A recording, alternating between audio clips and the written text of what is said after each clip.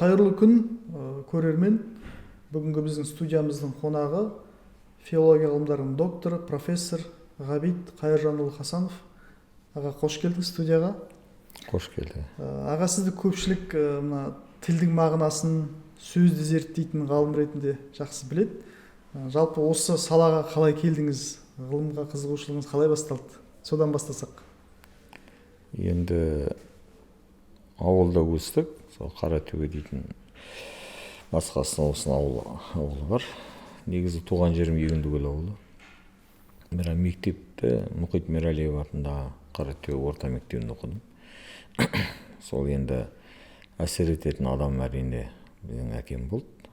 Әкеміз жазушы, журналист, өте кітап құмар, кітап сүйгіш, кітап өте көп болды үйде.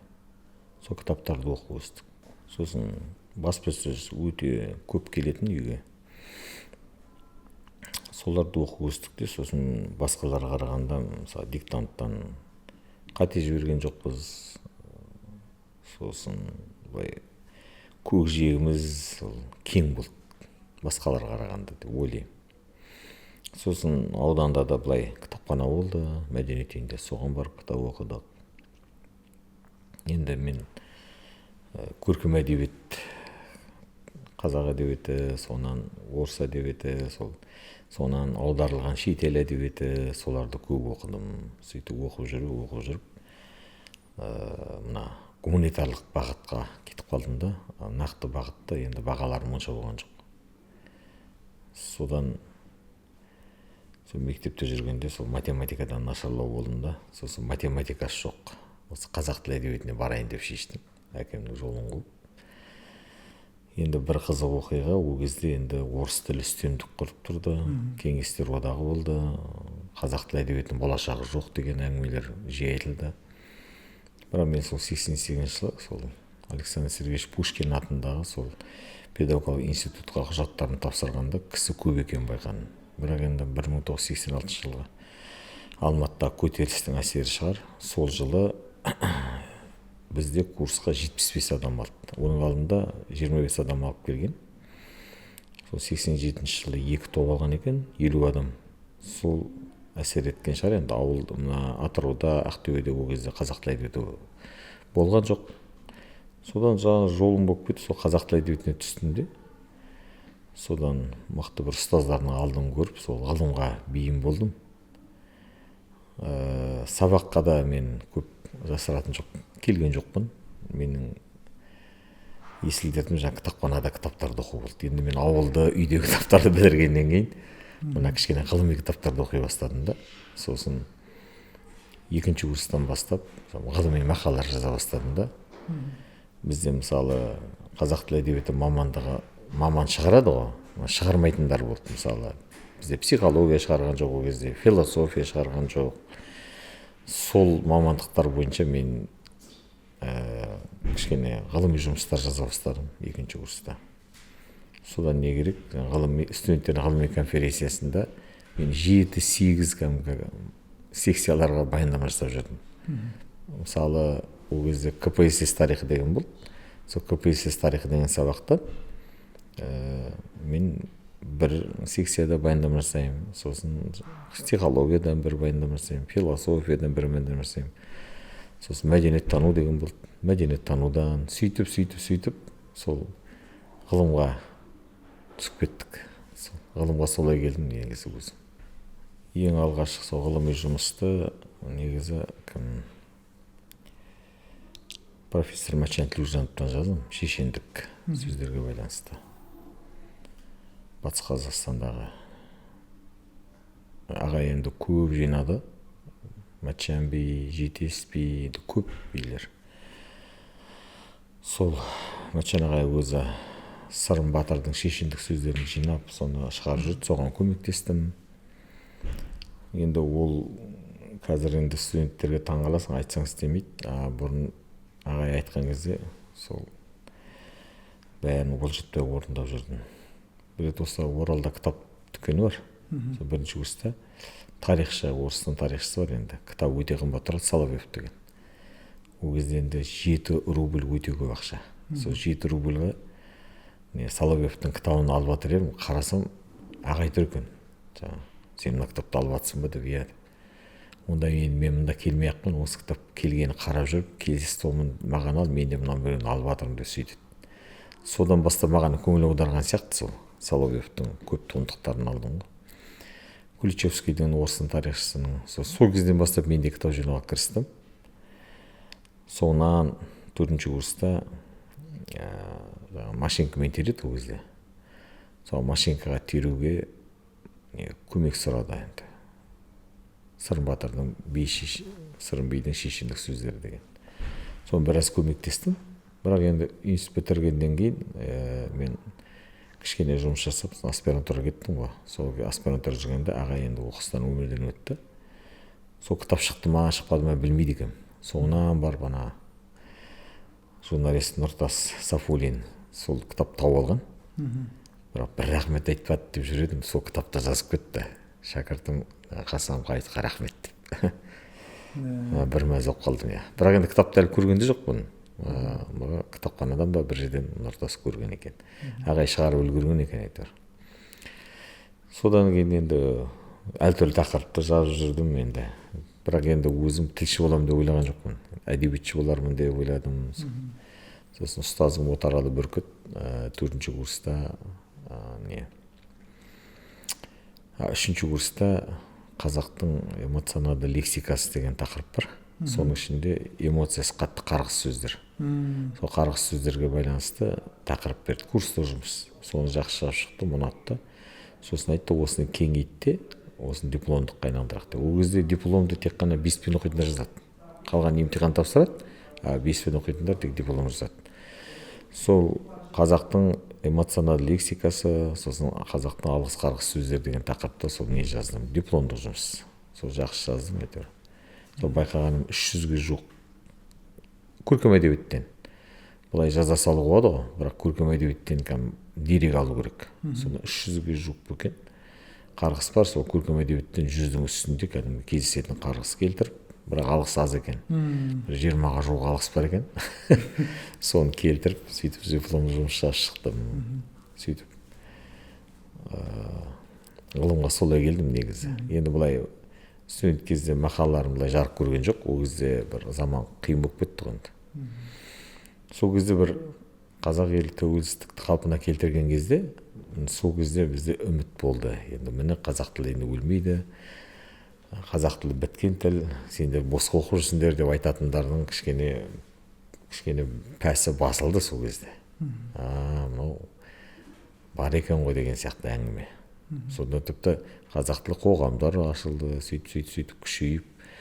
Енді ол кезде Орал қаласында тіпті 1% деймін қазақ жоқ қой кезде. Сөйтіп қазіргі жағдайға болады деп мысалы айтса мен сенбес едім сол кезде. Бірақ мен ойладым, ауылда тұрамыз, ауылда мұғалім боламыз деп. Ауылдық жерде қазақ бар ғой бәрі деп. Сондықтан айналып келгенде осы университетте 92-ші жылы жаңа ұстазымыз бір топ жігітті алып қалды осында. Сабақ беріңдер. Негізі ауылға барсам деп ойлап едім. Бірақ енді мұнда деген білімді адамдар керек, білімдерің бар деп жаңа бір топ жастарды осында. Азамат Мамыров деген жігіт бар. Асан Бақиұлы, Қайыров, Ербол, Гамлетұлы Дәулетов. Сол бәріміз қалдық. Бәріміз негізі бір топта оқыдық, жақсы оқыдық. Сөйтіп университетте мұғалім болып өмірімізді бастадық қой, оқытушы болып. Сол кезде ағайдың айтқаны, Отан ағамыздың, ауылға барып мұғалім болсаң, бір аудан біледі сені. Ал мұнда болсаң, сен облыс тіпті ғылыми атақ алып атсаң, қорғап атсаң, ел біледі деп. Сосын ойладым, шында да артымда бірдеме қалған дұрыс қой деп, солай қалып қойдық қойында. Өзіңіздің басқа тақырыптарыңыз туралы айтсаңыз, қорғаған тақырыптарыңыз. Мен енді сол кезде талап еттім, әйтеуір бірден аспирантураға құжат жібермедім. Ол кезде тіпті ешкім ештеңе айтпайды. Қазіргідей біз бәрін айтып береміз ғой, жасырмай. Ол кезде білмеймін, жасыра ма, мен жолдарын білген жоқ. Сосын 92-ші жылы жұмыс жасадым, 93-те жұмыс жасадым, сосын 94-ші жылы неге енді Әл-Фараби атындағы Қазақ ұлттық университетіне түскім келді. Оған көп көмектескен Мұрат Бөкенбайұлы Сабыр ұстазымыз, керемет ғалым. Сол Мәкең енді сол Казгуды бітірген. Сосын айтты, ой, сенің деген талабың жақсы, саған ыңғайлы адам сол филолог доктор, профессор Берікбай Сағындықұлы деген ғалым деп. Сен сонымен кездесіп, бір сөйлесіп қайтшы деп. Енді мен жұмыстан шыға алмаймын. Содан маған жаңа мен негізі анам өте жақсы бітіріп тарихта. Сосын Мәскеу университеті бар, Ломоносов атында, сонда тарихшы академик Константиновқа аспирантураға түскен.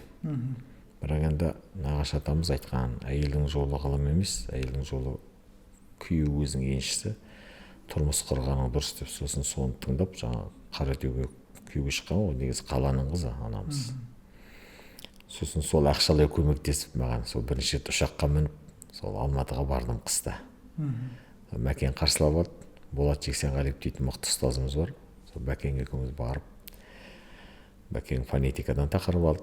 Әлімхан Жүнісбек дейтін мықты ғалым болды. Қазақ тілінің енді майталмандардың бірі. Мен Берікбай Сағындықұлының үйіне барып, сонда Берікбай Сағындықұлы маған айтты, осы семантикадан өзің жазған екенсің, сол семантиканы ал, сол дұрыс деп. Содан мен қанаттанып әйтеуір, содан сұрадым, ой қиын ештеңе жоқ, құжаттарыңды мына неге жібересің деді, біздің университеттің мекенжайына. Сосын олар жаңа хабарлайды, емтихан қашан екен. Сөйтіп ағай айтып, содан университетте енді жаңа келгеннен кейін өтініш жазайын десем, Әл-Фараби атындағы Қазақ ұлттық университетінің ректорының аты жөнін ешкім білмейді. Соны біздің бәріміздің ұстазымыз мықты ғалым болды, Бақтығұл Қабдырұлы Бірімжаров деген. Білсе осы Бақтығұлға келеді деп барып едім, Бақтығұлға жазып берді бәрін. Солай Көпжасар Нәрбаев, экономика ғылымының доктор, академик деп. Соның кісіне сосын маған көп көмектескен Сұлу Қарағойшиевна деген мықты, Бекенова деген аспирантура бөлім басшысы болды. Сол кісі енді орыс тілді адам өзі, француз тілді маманы. Сол кісі бірақ өте Ресейдікі өзі, өте аңқылдақ, сондай керемет адам. Өмірден өтті, ерте. Сол кісінің көмегі көп болды. Сол кісі айтты, ой, мен құжаттарымды дұрыстап беремін, дұрыстап жібер деді. Сосын айтты, осы Әл-Фараби атындағы Қазақ ұлттық университетімен негізі байланыс нашарлау екен бізде ол кезде. Емтихандары сол қараша айында болады деп. Соны 94 жылы мен әлгі ауыл шаруашылығы жұмысына кеттім. Қыркүйек айында болдым. Сол қазан айына дейін бітіруге тырыстық. Сол 10 күні ме екен, 15 күні ме екен бітті әйтеуір. Сосын маған айтқан, мен барғаннан кейін сұраймын деп. Мәкең Алматыда оқып отыр ол кезде. Ахмет Байтұрсыновта аспирантурада. Соған маған телефон шалам, осындай келіп отыр дейді, кафедраға келіп отырсам айтады, емтиханның 20 қыркүйекте өтіп кетті деп. Мәссаған, не істеймін? Сен сонда да келіп қара, сенде бір емтихан, қалғанын тапсырып тұр. Мен ол кезде кандидаттық минимум деген бар, соны алдын ала тапсырып алды. Оны тапсырып қойғам алдын ала. Содан жаңа енді қаражат та жоқ ол кезде. Бір досымыз бар, енді бір топтасымыз, әйелімнің құрбысы ғой. Соның әкесі келіп жатыр еді аға үйге. Керемет кісі енді. Сол кісі келіп, не мәселе болып жатыр деп. Сосын, ой, менде бар, мен саған берейін, сосын бір қайтарып бересің деп. Ол кезде енді 1000 сом көп ақша. Сол 1000 сом беріп, ол кезде билет 200 ба, теңге тұрады 94 дейді. Теңге қосқан кезде. Сол Алматыға барып, сосын Алматыдан жаңа не емтихан тапсыруға рұқсат сұрадым. Декан керемет адам екен, Жаңғара Дедебаев деген мықты ғалым Серікқали сыйлайды екен. Сол Серікқалидің шәкіртімін деп Серікқалиға хат жазып беріп еді. Сол кісінің көмегі болды. Ол қарсы емеспін де қол қойып берді. Бәрі қарсы емес, соны қол қойып берді. Кафедра меңгерушісі академик Мырзатай Серғалиев деген. Ол кісі керемет кісі екен, ол кісі де қарсы болған жоқ. Сосын бәрі қолдағаннан кейін аспирантураға бұйрық шығарды да, сосын маған бір емтихан тапсыруға рұқсат етті. Бірақ аспирантура бөлімінің басшысы керемет адам екен, біздің Ақтөбенікі екен. Шотаман Уәлиханов деген, білесің ғой, сол кісінің жолдасы екен. Бес алмасаң, онда оқуға түсе алмайсың деді. Негізі емтихан бәрі өтіп кеткен ғой енді. Бірақ конкурс болмаған. Сонда сен конкурсқа 2 орын бар, сол біреуіне өте аласың. Неге сен кандидаттық менен балың жоғары деп. Сонда үміт пайда болды менде. Енді келсем, бәрін айтып бердім.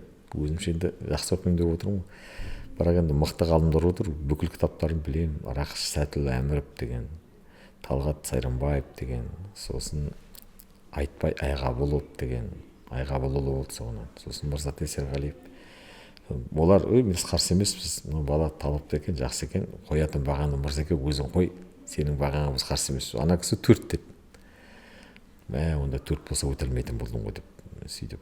Сосын айттым, ағай мен деген негізі Мәскеуге баратын едім. Мен енді қазақ тілін сүйгесін осылай келіп едім деп айттым.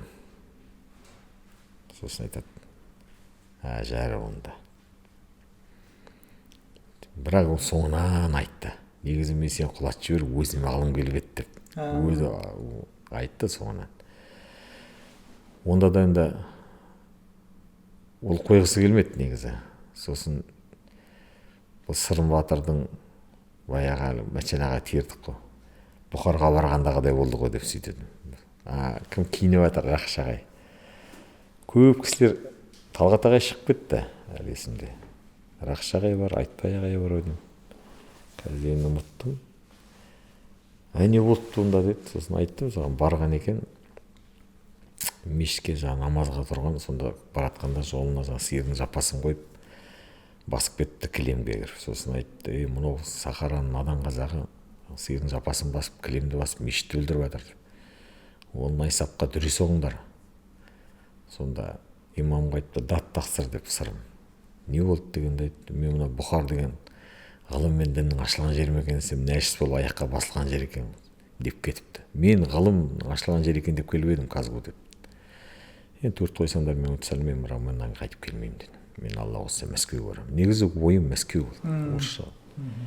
Сол әсер етті деймін. Сонан арабийский дұрыстады. Содан кетіп қалдым. Содан әйтеуір жалғыз бір орынға өтіп кеттім, жолым болды.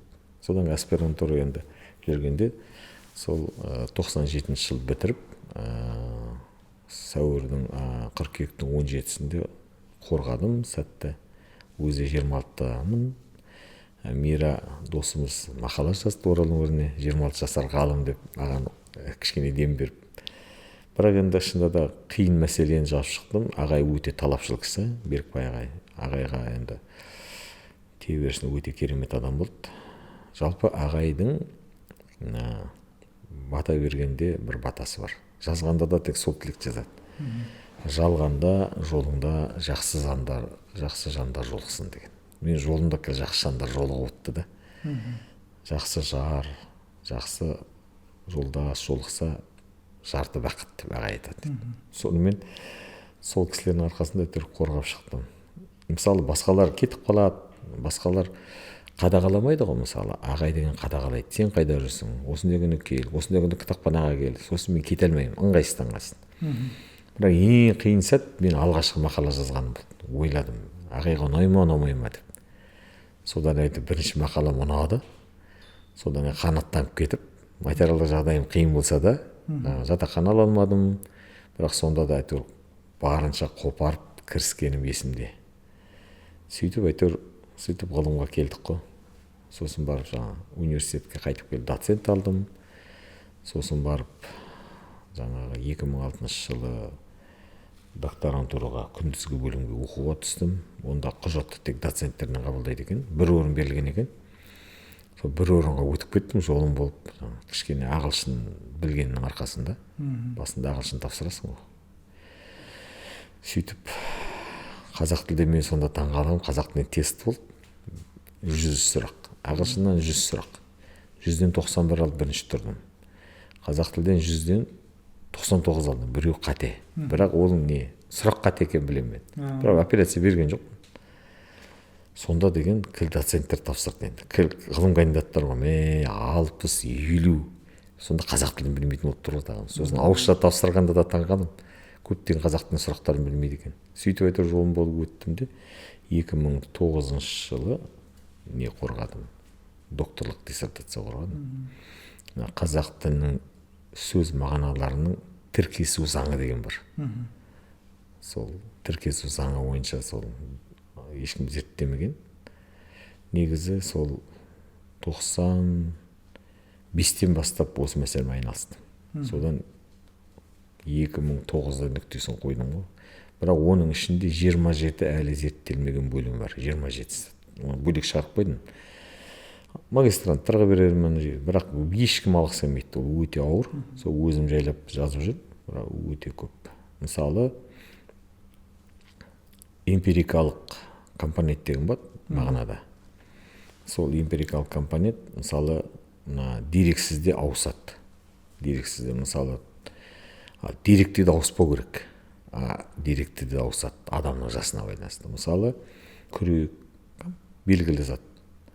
Бірақ енді сен түрмеге отырып, сол күрекпен жұмыс жасаған жігіттің әңгімесін тыңдасаң, күрекке деген көзқарасың мүлде басқа болады. Мысалы, бор. Осы борды мұғалімдер жіберетін еді маған кезінде. Осы бордан қорлық көрдім деп жүрген. Содан бір мектепті сағынған мен бір жігіттің әңгімесін. Енді мұғалім болғысы бола алмаған, сонда айтады, ана борды мен сағынамын дейді. Бордың қатарын білмеймін. Ол жаңа эмпирикалық. Ол да зерттелмеген. Нақты зат, дерексіз өнді мүлде ауысады ғой. Өмір, бақыт, арман, олар адамда ауыса береді. Деректі зат есімдерінің ауысқаны, мысалы, эмпирикалық компонент деген, ол жоқ мүлде. Сосын мына гендерлік деген бар. Әйел мен еркекті екі бөлек қабылдайды. Ол енді қарастырылып жатыр, бірақ ол да сол. Өте қызық. Мысалы деген тіркесу заңы, ол мағынаның ішкі заңына байланысты. Мысалы, сүйекті мүжейсің, жей алмайсың, іше алмайсың. Айранды сен іше аласың, нанды жей аласың. Осы тіркесу заңы, негізі осы. Енді бірақ бізде оны бүлдіреді, білесің ғой. Бүлдіргенде жаңа, мысалы, күн райы деген бар, ауа райы деп жазып жібереді. Бір қазақтың әні бар ғой, әттен қолдың келтесай деген. Оны баяғыда біреу қате жазып жүрген, қолдың орнына қол дегенді қатесті тон деп жазып жүрген ғой, соны тонмен кетіп қалған. Ондай бізде өте көп. Әлі мен сол бір еңбекте жаздым, ән салшай бір балай деген бар ғой. Қазір айтып жүрсің. Ол бір бала емес, ән салшай бір ғанай деген. Ауысып кеткен.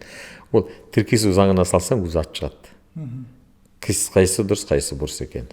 Мына бірден көрініп тұрады. Сосын мына Ғабит ағай, фразеологизмдерде біз кейбір сөздің мағыналарын білмейміз ғой қазір. Тек сол тұрақты тіркестің құрамындағы мағынасы бар да жеке пайдаланбаймыз. Бұл нені білдіреді? Біздің тіл сөздер ұмытып қалғаны. Ол заң бар, заң. Тарылу заңы, кеңею заңы деген. Сол тарылу заңында ол ұмытып қалып қойған ғой. Мысалы, көне түрік дәуірі дегенді білесің ғой сен. 5-8 ғасырлар. Бізде бүкіл тіл тарихы содан басталады. Оған алдында тіпті ешқандай тілдік дерек жоқ. Бізді сақ қаншайымын таптық енді неден. Біздің жергілікті ғалым, біздің мақтанышымыз Гаяз Валиш Кушаев деген. Сонда күміс тостағанша табылды. Күміс тостағаншада жазу бар, бірақ әлі ешкім оқи алмады. Әр ғалым өзінше оқиды, бірақ енді басқа ғалымдар мойындамайды. Тек 5-ші ғасырда болса 5, 6, 7, 8 сол көне түрік ескерткіштер. Сонда мысалы абы деген бар, абы. Көне түрік сөздігі деген бар, сол сөзден басталады, абыдан. Абы деген екі мағынаны, абы ау деген. Ол қоршау деген.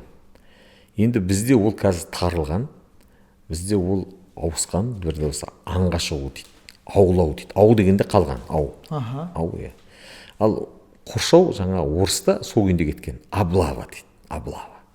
Түбі абы. Көрдің бе? Ол деген менің ұстазым Берікбай Сағындықұлы зерттеп түбіртектер деп көрсетті. Ол түбіртектер енді ол өте тереңде, ол моноархисилаб деп аталады. Ол өте тереңде. Мысалы, баяғыда түбіртектер туралы айтып кетейін, сен түсінсін деп. Мыр деген болған. Мыр деген жыбырлаған кішкентай жәндіктер дегенді білдірген. Бірінші бір тіл болды ғой бізде. Архи язык дейді орыстар, архи тіл болды бірінші. Мета тіл дейді енді. Енді ғылымда екі теория бар. Біреуі тілдің пайда болуы туралы, біреуі дыбысқа еліктеу теориясы, енді 90% соны қолдайды. Сосын екіншісі діни теория бар. Ол мына Нұх пайғамбардың 3 баласы мен 3 келіннен тараған деген. Енді бүкіл әлем тілде бір тілден шыққан. Оны бүкіл ғалымдар біледі. Сол бірінші тілде жаңа мұр болған. Мысалы, сол қарапайым мысал, орыс тілінде муравейде мур қалған. Қазақ тілінде құмырсқадан мұр қалған. түсіндің бе? Осы төртек болады. Құмырсқада Құмырсқада мыр бар ғой, сол мыр, орыста муравей, мур, сол қалған. Көрдің бе? Сол төртек. Мысалы, үлкейген кісіні, мысалы, ағылшындар old дейді да, үлкен деген, иә? Л, Д, А, О, олар деген А, Р, Т, көне дыбыстар. Үлкен дегенді білдіреді. Мысалы, бізде ат деген бар да, енді бізде Қ деген қосылады, қарт дейді, кәрі дейді, кәрт дейді, кәрт деген арт, әрт, ол сингармонияның параллель дейді. Ал орыста стар, А, Р, Т, бұл түбіртектер. Бұл енді қазақ тілінде мықты зерттеген Берікбай Сағындықұлы. Берікбай Саған төртек кітап жазды, соның ішінде түгел көрсетті. Мысалы, парсының сөзі бар, арай деген. Бізде де ол арай деген көне түркте жоқ, бірақ парсыдан енген деп айтады, бірақ менің ойымша ол біздікі де сияқты. Бірақ орыста заря деп тұр ол. Көрдің бе? Осы төртектер осы. Ал енді ана тарылу заңына салған кезде, мысалы, неге паразологизм сағанда бір сыңары мағынасы түсініксіз оқпады ғой, ал ол тарылып кеткен мағынасы, оны қарау керек. Сонда өзі ат шығады. И тіпті тілдердегі сөздер, мысалы, көне түрік тілінде таза деген сөз бар, сілк деген. Сілк деген жібек деген. Сол сілк қыздарымыз күң болды, бек ұлдарымыз құл болды, табғашқа дейді. Ана көне түрік ескерткіштен алсын. Табғаш деген Қытай. Сол сілк, ағылшын тілінде сілк сол күнде тұр, силк жібек деп. Көрдің бе? Ол біздің сөз. Ол айналайын ағылшынға барған. Ондай бізде көп. Сол тарылу заңы деген енді бізде марқұм Рахым Барлыбаев деген ғалым зерттеген. Соңынан енді басқа ғалымдар да зерттеп жатыр, бірақ енді зерттеуді қажет етеді бұл мәселе. Мысалы, қазақ тілінің тарылған сөздері, кеңейген сөздері деген бір жалпы біз жинақ шығардық. Берікбайдың бастауымен. Бірақ енді демеушілік көмек тоқтап қалды да, енді материалдық көмек болмағасын ғалымдар деген басқа шаруамен айналысып кетті, ол тоқтап қалды. Бірақ әйтеуір бір кітап шығарып үлгердік. Ондай енді аз, бірақ енді бар. Бізде көп ондай. Ағына сауысқандар. Сосын мына жапондар туралы айтады ғой, осы көп сөзі сол күріш кәсібіне байланысты болғасын, сол сақтап отыр деп, пайда таппаса да деп. Бізде қазақта енді қазақтың сөздерінің көбі мал шаруашылығына байланысты ғой. Тіпті мысалы кейбір мен байқағаным фразеологизмдерде жүрген сөздер қазір жеке мағынасы жоқ болғанмен ол кезінде көне бір мал ауруының атауы сол екен. Сол мал шаруашылығына қатысты қазақ сөздерінің тарихын айтсаңыз. Ол туралы деген 50 шақты жұмыс бар бізде зерттелген. Өте көп. Құдайға шүкір, ол жағы жақсы. Бірақ енді бір қынжылтатыны, қазір мысалы чаттар бар ғой, мал сататын чаттарда қазақ мал баққан халық күнді. Бізде деген 2 ай, 3 ай сайын малдың аты бар. Бірақ не екенін білмеймін, орыстың сөздері кіріп кеткен. Полторашка бұқа сатамын дейді. Ұят тіпті. Ол қазақта болған жоқ қой. Подсос деген шықты мысалы. Ол не? Ұят қой мысалы. Мал баққан халық орыстың сөзіне жүгіну деген. Ол намыс жоқ деген сөз қазақта.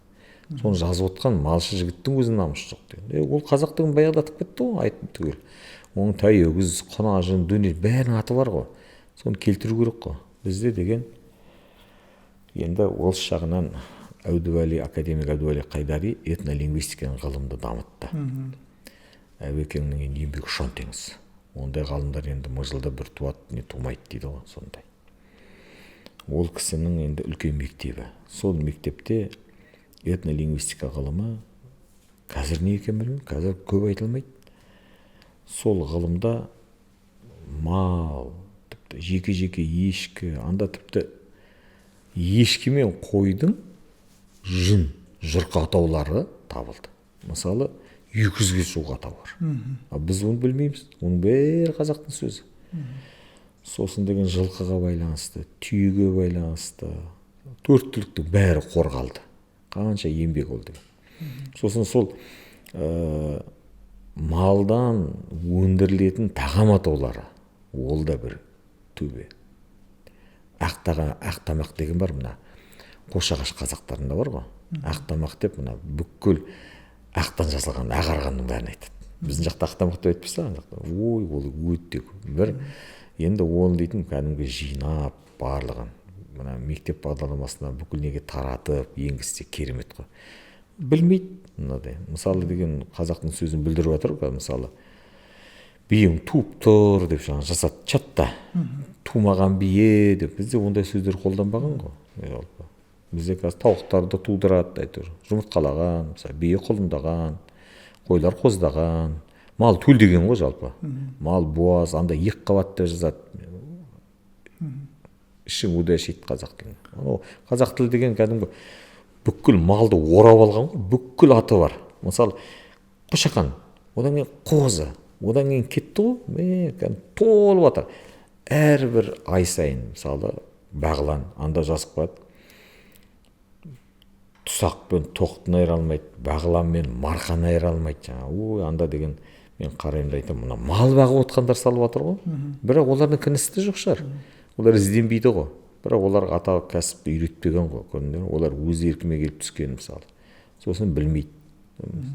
Мысалы танада құлаққа танада әлгі тананы құлаққа ұрғандай тыныштық деген бар ғой. Сол ауру, тананың ауруы, соны құлағына ұрып емдеген. Сонда бір ғаламат таңғаласың. Анау жазылады ғой. Сонда мына ұрған адамда құлақ естімей қалады екен. Тып-тыныш болып қалады дейді. Қалай әсер етеді? Мысалы академик Естері Оразақовтың халық медицинасы деген бар еңбегі. Бізде медицинада толық зерттелмей отыр. Мысалы кіндіктен жалғыз адам, әкесі де, шешесі де жалғыз адам. Ең басты шешесіне түсік болмау керек. Сол жалғыз адам, еркек болсын, әйел болсын қарамайды. Көзіне ақ түскен адамның таңертең аш қарында тұрып, 3 рет үрсе, көзіне ақ кетеді. Ол кәдімгі дәлелденген. Бірақ сол құпияны қазақ қалай білген? Ал таңғаласың. Сол құпия ғой мысалы, ал сол қазақ білген, соны жасаған ғой қазақ деген.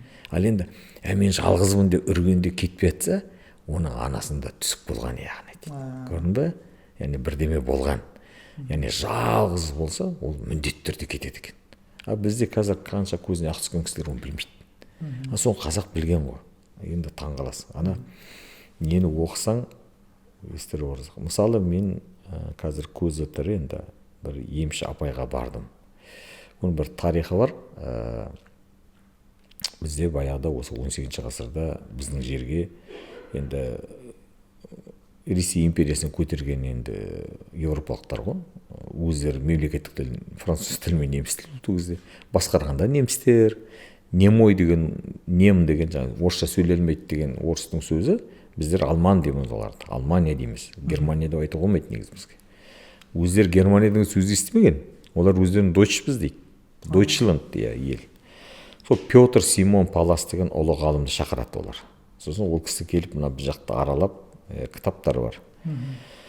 Сон бір Елена Игоревна Ларина деген ғалым жоба ұтып алған, Мәскеу мемлекеттік университеті Михаил Васильевич Ломоносов атындағы этнография саласында менімен шамалас адам. Сол кісі осы қазақ даласына последам Петр Симона Паласа деп жобасын атап келіп зерттеп сол көмек сұрады.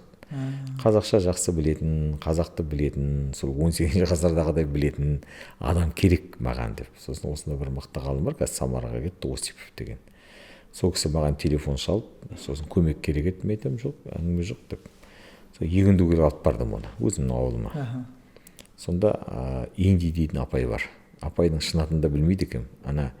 Инди шаймен кісіні емдеген, өзі инди шай ішкен, сосын халық Инди деп атап кеткен. Сол Инди апай мына қазақтың шөппен емдейтін өнері бар ғой, соны сақтап қалған адам. Шөптің бүкіл түрін біледі. Сол менің асқазаным ауырады, сосын Инди апайға барып, ана кісіге де қызық, жаңа жазып алды, мен білген жоқпын қазақтың шөппен мықты емдейтін деп, ана Ларина қатты риза болды. Сонда мен барып қаралдым енді. Апай жаңа қолын тақап асқазаным ауырады деп, соны айтты, түсінікті. Андыз деген шөп керек, орысшасы дивисил, 9 күші бар деген. Сол андыз бізде Қаратал деген орман бар, сонда өседі. 2 түрі бар деген, қарандыз, ағандыз деген. Соған қарандыз керек деп. Сол қазан айында барып, сосын жаңағы марқұм мықты аңшы болды, өмірден өтті. Оқыстан жаңағы Фазыл дейтін ағамыз бар. Сол Фазыл ағамыз күрекпен барып, сол қазып, тоқта ойбай, мен дұғасын оқыған жоқпын деді. Дұғасын оқысын, ойбай оны қазып, ол еркек. Еркек ішпейді. Ол ем болмайды дейді. Мен бір шетесім, ол ұрғашы еді. 3 ұрғашы шөпті алуға бізге ұрсат етіп тұр қазір алла деп. Сол 3 ұрғашы шөпті өзінің несі бар, оқитын әр дұғасы бар. Қазір біреу есімде қалды, Адыраспан. Ассалаумағалейкум Адыраспан. Мен сізді өлілгенше сірә баспан. Мені сізге жіберді атақты емші Омар Оспан. Бисмиллахи-рахмани-рахим деп аласың дейді.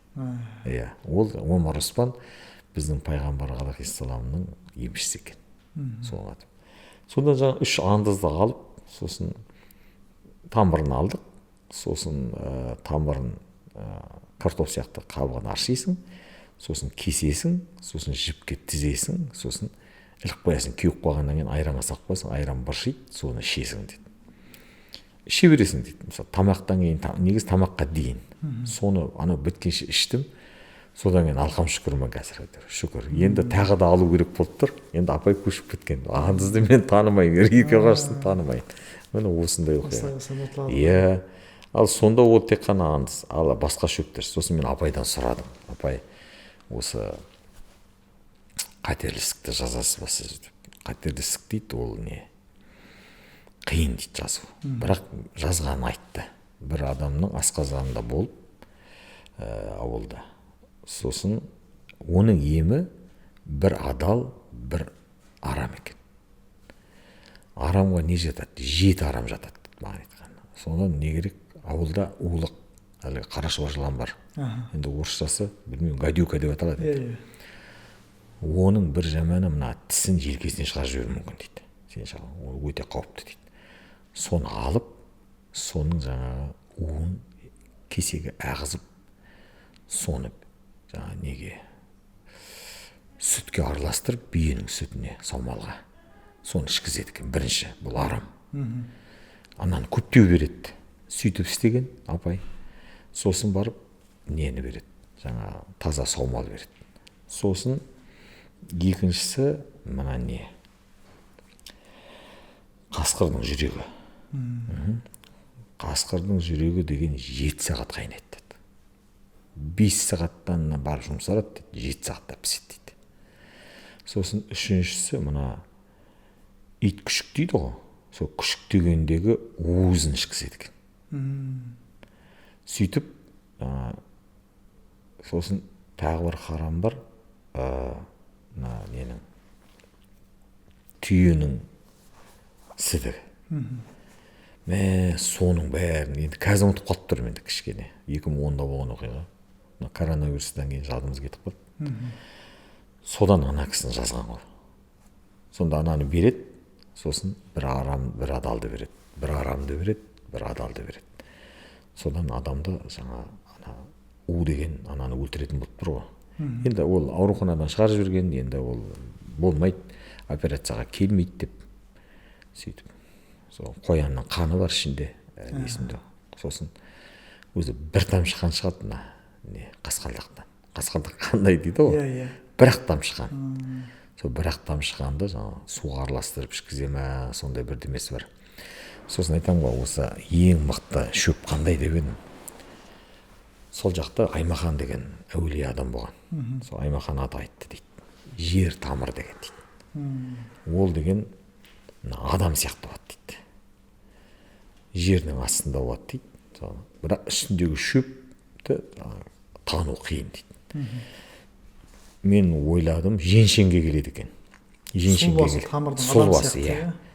Бірақ енді мен аржағын апай да өзі дұрыс білмейді. Естіген ғой енді. Иә, естіген. Бірақ Аймахан сол емдегі кісілерді жазған. Тамырмен, жер тамыр. Бірақ ол енді шөптің түр бүкіл шөп ем екен ғой. Бүкіл шөп. Енді мына біз дәріханада сатып алған неге ем болмайды? Ұрғашы мен еркек араласып кеткен дейді. Оны қалай бөлейін? Оны бөлу қиын дейді. Басында дайындағанда мына оңтүстік Қазақстанда, Таразда, Тауда, Шымкентте соны білетіндер бар екен. Олар кәдімгі араластырма жасайды екен. Міне солардан алуға болады. сосын әр шөптің бір өзінің теретін уақыты болады ғой. Уақыты бар. Шөп деген өте қымбат тұрады екен ғой. Біз білмейді екенбіз. Шөп деген бұл ең аз дегенде бір джиптен құн тұрады екен негізі. Мына қазір Қытайлар келіп жатыр бізге, кәрістер келіп жатыр. Оларды деген жібермеу керек бізге. Неге десең, олар ертең бізден ештеңе қалдырмайды. Қызыл кітаптағы нәрселер алып кетуі мүмкін. Сондықтан шөп деген өте. Сосын бір жаман жері, мына карантин қызмет бар ғой. Шетелде солай кіргізбейді ғой басқа шөптерді. Біздің жақ бізге бір шетелден қазір қайдағы жоқ шөптер кіріп кеткен. Бізді жеп жатыр, өлтіріп жатыр. Оны дейтін мына біздің ғалымдар біледі, айтып жүр. Ол өте мұқият болу керек оған деген. Біз енді қазір шөп танымай кеттік қой енді. Бұлай енді мен көбін танимын, жасыратыным жоқ. Бұлай танимын. Бірақ енді не, кейбіреулерін танымай қалам. Бірақ ана қай аң, қай шөпті жейтінін білем де, мен сол шөп келе жатқанда білем де. Мысалы қоян, мына жерде қоян бар, негесе мына аң ол жер жақсы көреді. Сондай. Ондайлар кездеседі енді. Мысалы түйе жапырақ бар. Түйе жапырақта үстінде бір жалғыз тін сабақ өседі. Содан бір күлгін өзі ашық көк. Сол бір шығат бір сол қоянның сүйікті тамағы. Ол кездескен кезде міндетті түрде қоян сол жерден кетпейді ол. Білмеймін неге қоян соны жаман жақсы көреді. Біреулер сәбіз деп айтады ғой, жоқ, даланың қояны сәбіз не екенін білмейтін шығар. Далада жүрген малды жемейді ғой, білмейді ол жем не екенін, сол сияқты ғой. Әбит ағай жаңа айтып отырсыз ғой, мысалы біз мал шаруашылығынан алыстаған жоқпыз. Әлі мал шаруашылығымен еліміз айналысып отырмыз. Бірақ жаңағыдай соншалық мал атауларын ұмытуымыз себебі неде деп ойлайсыз осының? Ол өте оңай, ол деген, ол мына мән бермеуде, сосын дәстүрдің өзілуі ғой. Мысалы, ақтаяқ деген бар, қасиетті болады. Атаның ақтаяғын кім ұстап қалады деген. Кім ақтаяқты ұстап қалады, соған қасиет дариды дейді қазақ. Енді мысалы ең қиыны қой. Қой бағу деген өте қиын. Сол қойшының ақтаяғын ұстап қалған адамдар аз. Ұстап қалғандар біледі оны. Ал енді жүріп қол үзіп кетіп, қалада бір ресторан ашып, сосын ойқына болмайды, қай малға келейін деген жігіттер ол білмеуі мүмкін оны. Көрдің бе? Орыстың сөзін ала салады. Ата кәсіп дейсіз. Иә. Духлетка, полторашка, трехлетка деп сонымен баса береді ғой орыстар. Бізде олай емес қой. Ата кәсіптен қол үзу ғой енді. Сол ата кәсіптен қол үзіп, мына жекешелендіру деген алапат болдық енді. Сол кезде деген біздер айырылып қалдық қой. Ол негіз үкіметтің онса дұрыс. Бірақ бәрін жеке-жеке кісілерге беріп жіберді ғой. Оны кішкене ірі шаруашылыққа, кооперативке жинап барып, ұстап тұрып, әлгі жауапкершілігі шектеулі серіктестік дейді ғой. Соған ұстап тұрып барып, оны көрмеген адам алды да бәрін спиртке, роялға сатып жіберді. Енді қазір өкініп жүр. Ол мал деген арзанға кетіп қалды. Бартер деген керім шықты, қырып тастады ғой. Сонда біздің тұтас бір буынның тіл байлығының жұтаңдауы ол кеңестік кезеңмен байланысты болып тұр ғой сондай. Сол ол бірінші тілдің экспансиясы деген бар. Иә. Ең басты мына тілді құрту керек. Үш нәрсені құртады ғой адам. Басқа мемлекет келген кезде бірінші тіл, екінші діл, менталитет, үшінші тарих. Сосын мінез өзгереді. Мысалы, Қытайдағы қазақтар соны сақтап қалды ғой. Монғолияда қазақтар сақтап қалды. Ресейде қазақтарда ол жоқ. Неге? Ресейде қазақтар түгелімен мінезі бәрі ауысып кетті ғой. Тек ол беті қазақ болды. Баяғыда жас алашқа жазды ғой. Қазақстанда үш қазақ бар, таза қазақ, шала қазақ, қазақтықтан ада қазақ деген. Сол, олар қазақтықтан ада. Әрине олар дәстүрлерін ұстайды, өлім жітімде дәстүрлерін ұстайды. Неге? Негесін үлкендерді сыйлайды ол кезде. Ал басқа жерде үлкендерін айтқан жүрмейді. Сосын олар оны тыңдамайды. Мысалы, Ресейге шығып қазақша сөйлеп жатсаң, олар қысылып тұрады, бірақ сөйлей алмайды. Айтайын десе сені түсінбейді. Қытайда қазақтар, Монғолиядағы, Түркиядағы, Ауғанстан, Иран, Өзбекстан, Ресейдегі 6 айдағы олар бәр тілдерін сақтап қалды. Соған қарағанда оларда экспансия аз болған болып тұр деп ойлаймын. экспансия біздің өзімізде де қатты болды. Мысалы мынау батыс қазақстан орыс жерлерінің барлығында қазақтар қазақша білмейді ғой, мысалы білген жоқ. яғни діл жаңағы менталитет сол тіл арқылы дейсіз ғой. Иә, тек қана тіл ғой. Мысалы деген қазір мысалы бізде жас жігіттер, қыздарымыз шықты ғой, балдарын орыс мектебіне беретін. Олардың ойы былай, мемлекет мекемелерді білмеймін енді, жеке барлық жерде бәрі орысша, өздері әлі орысшада қиналады, сосын балдарым қиналмасын деп. Бұл деген күн көріс қой, яғни нәпсі ғой. Енді бір жағдай, енді ол орысша үйреніп алды, орыстың мінезін ойына сіңіріп алды, орыстың тәрбиесін көріп алды. Енді сен одан деген автобусқа кіріп орын бер, мені өткізіп жіберші, мен асығып тұр едім, обал, сауап, ондайлар білмейді олар. Бірақ қазақ, әкесі де шешесі де қазақ. Бірақ ол және бір таңғаларлығы, олардың әкесі де шешесі қазақша жақсы сөйлейді. Қазақтың дәстүрін ұстайды. Бірақ балдарын орыс мектебіне берді. Бірақ енді көпке топырақ шашуға болмайды. Орыс мектебіндегі балдардың өзі отаншыл, қазақшыл кәдімгі балдар бар. Кәдімгі. Мен көзіме көріп кездестірдім. Осы Орал қаласында. Менталитет дейсіз. Бірақ ауызекі тіл орысша, сосын мінез орысша. Сосын орыс мектебінің бір сорлығы бар, баянан айтқан. Олар мына тәрбие жоқ оларда. Олар әлгі қыздарының бәрі ерте жыныстық қатынасқа түседі, балдарының бәрі наша шеге бастайды, темекі шеге бастайды, ата-анасына қарсы сөйлей бастайды. Сол ғой. Мысалы білім қуады ғой. Мысалы мен айтар едім, мысалы оқыған азамат деген Мұхтар Әуезовтің шығармасы бар. Көп ұмытып кетті ғой оны. Өзінің білімін ұлтына қарсы жұмсайды. Міне сондайлар болып шықты. Мысалы болашақтан келгендер бәрі жебір деп айта алмаймын, бірақ көбі жебір. Мемлекет қызметке отырып алды да, жер сату, ананы сату, ана ақшаны жеп қою. Ол деген былай қарасам, мысалы Петр патша енгізді осының кезінде. Әлгі Европаға оқуда. Байдың балдарын жіберді, аузы күйді. Сосын кедейдің балдарын жіберіп Ресейді көтерді. Бізде де солай. Қазақшыл, отаншыл, сондай жағдай жоқ. Басқа сондай балдар жіберу керек. Сонда олар мықты болады деп ойлаймын. Енді Ғабит ағай, қоғамда бір мынандай көрініс бар. Тілінің балдардың орысша шығуы. Әке шешесі таза қазақша сөйлейді. Мысалы мен журналистік бір сапарымда айдаладағы бір елді мекенге бардық, ауыл емес. Әке шешесі малда жүреді екен, жаңа кішкентай өсіп келе жатқан, тек қана телевизормен, телефонмен, гаджетпен тілі шығып келе жатыр дейді. Тілі орысша шыққан, үйіндегілер әлгі баламен айдалада отырып орысша сөйлесіп отыр. Ал бұл көрініске не айтар едіңіз? Ол деген сол мына ата-ананың баламен айналыспауы. Жаһанданудың бір әсері ғой, гаджеттің әсері. Ол деген қазір үлкен мәселе. Біздің бір әріптесіміз Жаңғалаға осы 5-6 жыл турасында барып, 50 бала дені 40 бала орыс классына қабылданды дейді, бірінші классқа. Соны ата-аналары ана балалармен орысша сөйлесіп ауылда отырып. Ол ата-аналардың сорлығы, ол ата-аналардың жеке трагедиясы. Ешкім ешнесі кетпейді. Тек ертең өздері қорғады. Ол ойлайды, жоқ, мен оқыта берем, балам тілі шықты қайтыр, орысша шықса шықсын.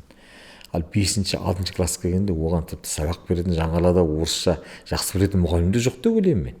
Ол қор болады ол бала деген. Енді біздің Қараөтек ауданынан мысал келтірсем, Қараөтек ауданында орыс мектеп болған жоқ, бірақ орыс класс деген болды. Сол орыс классында жағдай бар, елді басқарғандар, солардың балдар оқыды енді. Олар біздер қазақ мектебінде, қазақ классында оқып жүрген балдарға қарағанда кішкене өзінше жоғары санады өздерін. Енді соларды бітіргендер қазір қараймын. Не қазақша сөйлелмейді, не орысша сөйлелмейді, байғұстар. Қиын болып кетті қалдар. Енді ата-анаға деген тек қана бір-ақ жол бар. Мысалы, осы Батыс Қазақстан облысында Орал қаласы түгел. Кім баласына телевизордан орысша мультфильм қосады, қолына телефонды береді, ол баладан айырылдың. Ол баланы сен өсір, киімін бер, тамағын бер. Бірақ ол бала, ол сенің балаң болмайды енді. Ол үшін істеу керек, ол үшін бір-ақ жол бар. телефонды аласың, немесе шыдамаса қазақша контенттер бар ғой, қазақша қарасын, сосын балапанды қосып қой, болды. Сонда ана бала түгел өзгереді. Ең басты қалай? Ең басты сенің қонағыңа ассалаумағалейкум амандасып, үстінде киімін шешіп алса болды. Одан асқан баладан сен ештеңе талап етпей ақ қой. Білім алып, ағылшынша біліп, ол керек емес. Ағылшынша білгенде бәленбай орден ал. Кеше ана Бішімбай мысалы әйелін ұрып өлтірді ал. Бәленбай ордені бар. Ал болашаққа оқып келген. Ал сол ма? Ол ешқандай үлгі емес. Бұл енді адамның жеке ұстанымына қатысты нәрсе ғой. Былай қарап тұрсаңыз, қандай тәрбиелеу баланы. Мысалы, мынандай қызық оқиғаны мен көзім шалып қалды. Қырғызстан парламентінде осындай мәселе көтеріп жатыр екен. Оларда біздің балапан сияқты балалар арнасы жоқ та. Олар сол балапанды көріп, қырғыздың бір депутаты мәселе көтеріп жатыр. Мына балаларымыздың тілі қазақша шығып жатыр. Неге қырғызша сапалы телеарна ашпайсыңдар деген сияқты. Дұрыс. Мен мына бір жылдары мына УФО дейді енді, башқұрттар өздері. Сонда Мифтахиддин Ақмола атындағы университетте жұмыс жасап жүрдім, лекция оқып, дәріс беріп. Сонда осы мәселе жиналыста көтерілді онда. Қатыстым, иә. Башқұрттарда сонда айтты, бұл мәселені тезірек қолға алу керек. Біздер бүкіл мультфильмдерді башқұрт тіліне аударуымыз керек. Сосын телеарна ашуымыз керек. Бірақ енді олар орыстардың ықпалында отырғасын, жағдайлар қиын, енді түсініп болады. Қырғыздардың өзінің қолында тұр ғой. Сондықтан балапанның мысалы сіңірген еңбегі өте үлкен. Мысалы біздің қазір қазақ тілінде диалект деп жатыр ғой, говор, сөйленіс, қазір жоқ, азайды. Неге? Неге десең, күшейді ғой, публицистикалық стиль күшейді, телеарна күшейді, бәрі бір тілде сөйлеп жатыр. Сонда жаңа башқұрттың ғалымдар сөйлеген мен өзім таңғалдым. Сосын сұрасам, оларда аз екен. Бізде де аз болды ғой енді. Бізде қазір енді көйіп жатыр ғой. Қошқар мен теке шықты. Сөйтіп. Сол бізде деген ең басты баланы қайтару үшін талап ету керек, талап. Ата-ана баланы қадағалау керек. Бізде ата-ана қадағаламайды. Бізде ата-ана деген тек келеді де телефонын ұстайды да, өзі диванына құлай кетеді. Бала деген анда деп орысша қарап отыр. Сосын ертең өскесін айтады, менің балам мынадай, менің балам мынадай, менің балам өйткен. Ана қала жұрттың баласы деген бар ғой бізде. Жұрттың баласы ана қазақша да сөйлейді, орысша да сөйлейді, ағылшынша да сөйлейді, шетелде оқып жатыр. Әке-шешесіне көлік алып беріп жатыр, үй алып беріп жатыр. Біздің бала жаңа әлгі егіліп жүр, аузында темекі, бірден айтсаң өзіңе қарсы сөйлейді деп. Өзіңнен көр, ол өзіңнің жемісің. Әсіресе бұған аталар қызмет ету керек. Мен таңғалатыным, қазір аталар бар ғой. Аталар институты бізде жойылған. Әжелер институты мүлде жоқ деп болады. Қазір орамал таққан әжелер жоқ, бәрі боянған әжелер. Баяғыда қалай? Аталар деген қамшымен біртілетін еді ғой, немерелерін. Қазір ондай жоқ. Қазір аталар немересімен орысша сөйлесіп отырады. Мен қанша аталарды көріп жүрмін. Өздері орысша білмейді. Амал жоқ, тілін бұрап, немерелермен орысша. Ең бірінші деген сен бүйтейді, мына аты қалай деп сұрайсың ғой кейде. Білмеймін, әке-шешесі қойды ғой дейді. Сонда ол сенің немерең ғой енді. Сен араласпасаң, онда кім араласады? Қадырдың өлеңі емес пе? Атасының қойнында өскен бала қазағына бүйрегі бұрып тұрады дейді. Атасы болып тәрбиелемесең, қазақта мақал бар ғой, ата көрген оқ жонар дейді. Баяғыда әлгі қайыңнан садақтың оғын жасағанда әлгі науа дейді, науа жасап, түйенің өркешін ерітіп, қайнатып, майын құйып, ананы су сіңбеу керек қой, жаңбыр, соны батырады екен ғой. Сонда аталар аяқтары жасамай қалсын, қартайсын, жаңа оқты жонып отырады екен. Сонда немерелер бірге жонысады. Ата көрген оқ жонар деген содан шыққан. Сонда ана батырады. Сол аталар жөнге салмайды. Кейбір аталар бар. Тәртіп, ең бірінші тәртіп жасайды. Ұлттық тәртіп жасайтын аталар бар. Олар айтады, мысалы, баланың атын мен қоям. Баланы мен тәрбиелеймін. Бізде былай. Мен араласпаймын. Сен өзің біл. Ол дейтін 17-18 жасында, 20 жасында үйленген бала не біледі ол? Сосын ертең құрдастар кеткен дейді, бетіне айтпаса деді, мынаның немересі орыс қой. Мынау не қарап отыр деп. Ол намыс керек, намыс. Намыс ең бірінші кезекте намыс. Қазір енді Қазақстанда мына отбасы институты деген өте бір қиын жағдайда тұр ғой. Әсіресе мына жастардың ұстанымы бәрі өзгерді ғой. Үлкен буынға деген көзқарасы. Әсіресе мына ене келін деген мәселе. Бұрын деген көбінесе орыстардан көп көретін едік қой жаңағы. тещі деген әңгімені әзілді бәрін қазір бәрі соның бәрін қазаққа келіп жатыр ғой. Ұлттық құндылықтардың бұзылғаны ғой. Иә, енді сіздің әкеңіз жаңағы Қайыржан ағай туралы облыс халқы, жалпы ел жақсы біледі. Ол кісінің жаңағы үлкен өлкетанушы екенін, жаңағы Ұшан теңіз осы өлкетануға еңбегін, ол кісі жайлы бір мақалаларда байқағаным, байлық мансап емес, тәрбиелі ұрпақ нағыз бақыт деп ол кісінің айтқаны бар екен, жаңағы ұстанымы. Сол кісінің бала тәрбиеге көзқарасын айтсаңыз, жалпы әке тәрбие туралы айтып берсеңіз. Енді ол кезде жалпы әкелер деген енді бөлек болды. Бұлар менің әкем соғыстың ұрпағы. Дулат Исабеков, мысалы, Шерхан Мұртаза, Сайын Мұратбектің шығармаларын оқығанда түсінесің. Қазір айтып отыр ғой, балалар травмасы деп күлкім келеді.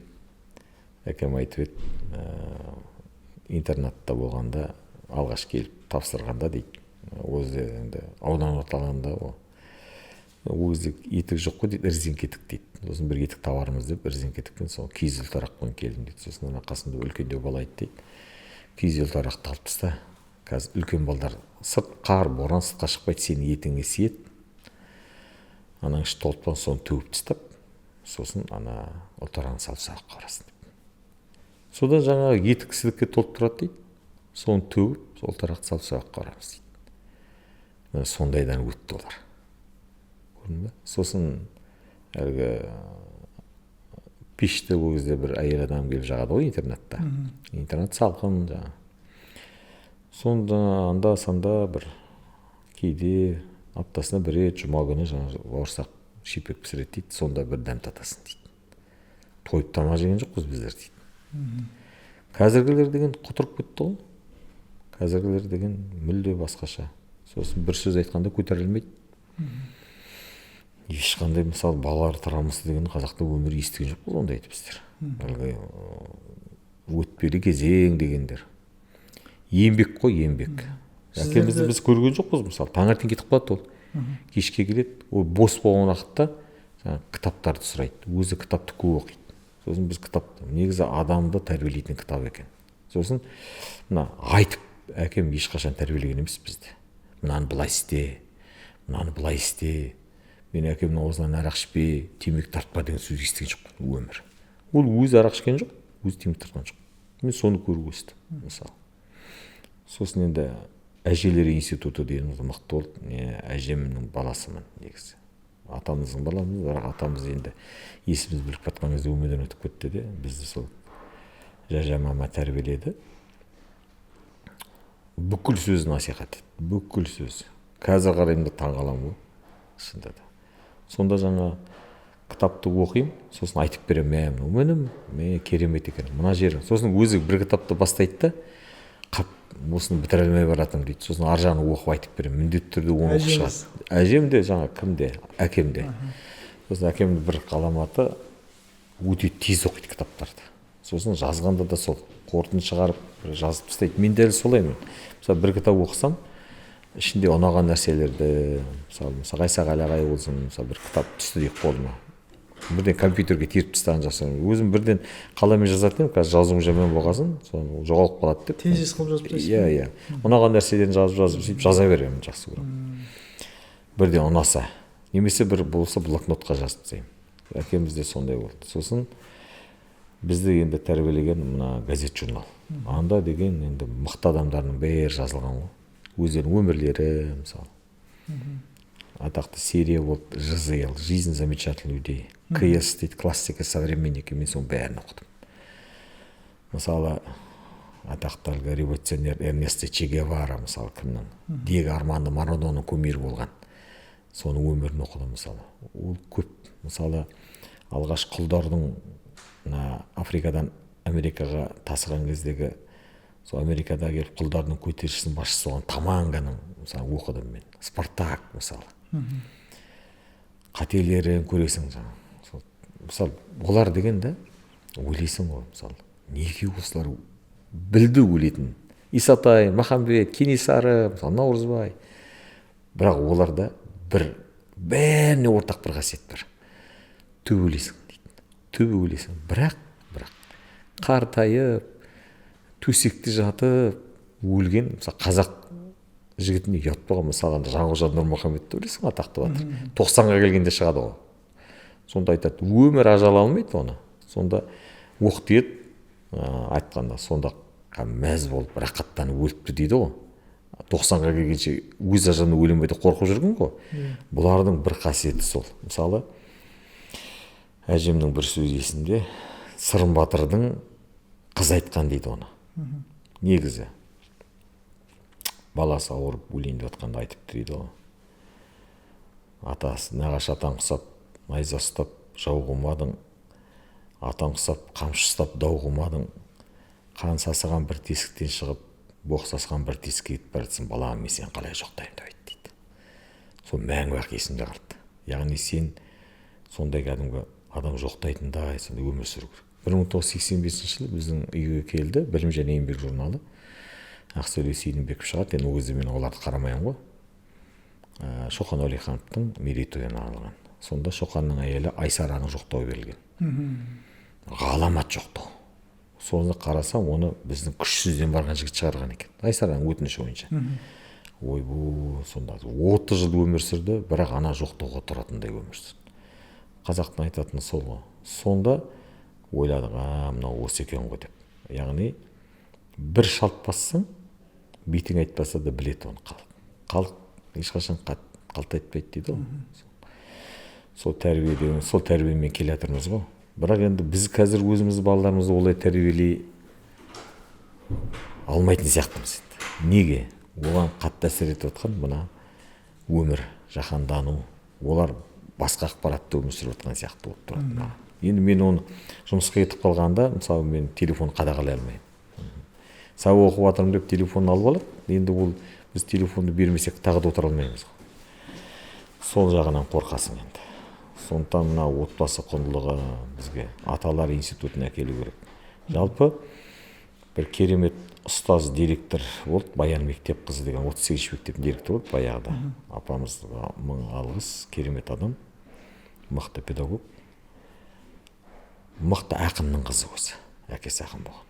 Сол ата-аналарды оқытатын еді мектепте. Өзінің оқушыларын, ата-аналарын. Оны кім оқытады? Оны кәдімгі сондағы мұғалімдер оқытады. Сонда Баян мектеп қызы айтады деді. Ол деген не? Бір жас кезінде үйленген, ана мектеп бітіре сала күйеуге шыққан. Енді олар не біледі? Ол мысалы біз бүйткен, сөйткенде ата-анадан сұрасақ, олар не айтады?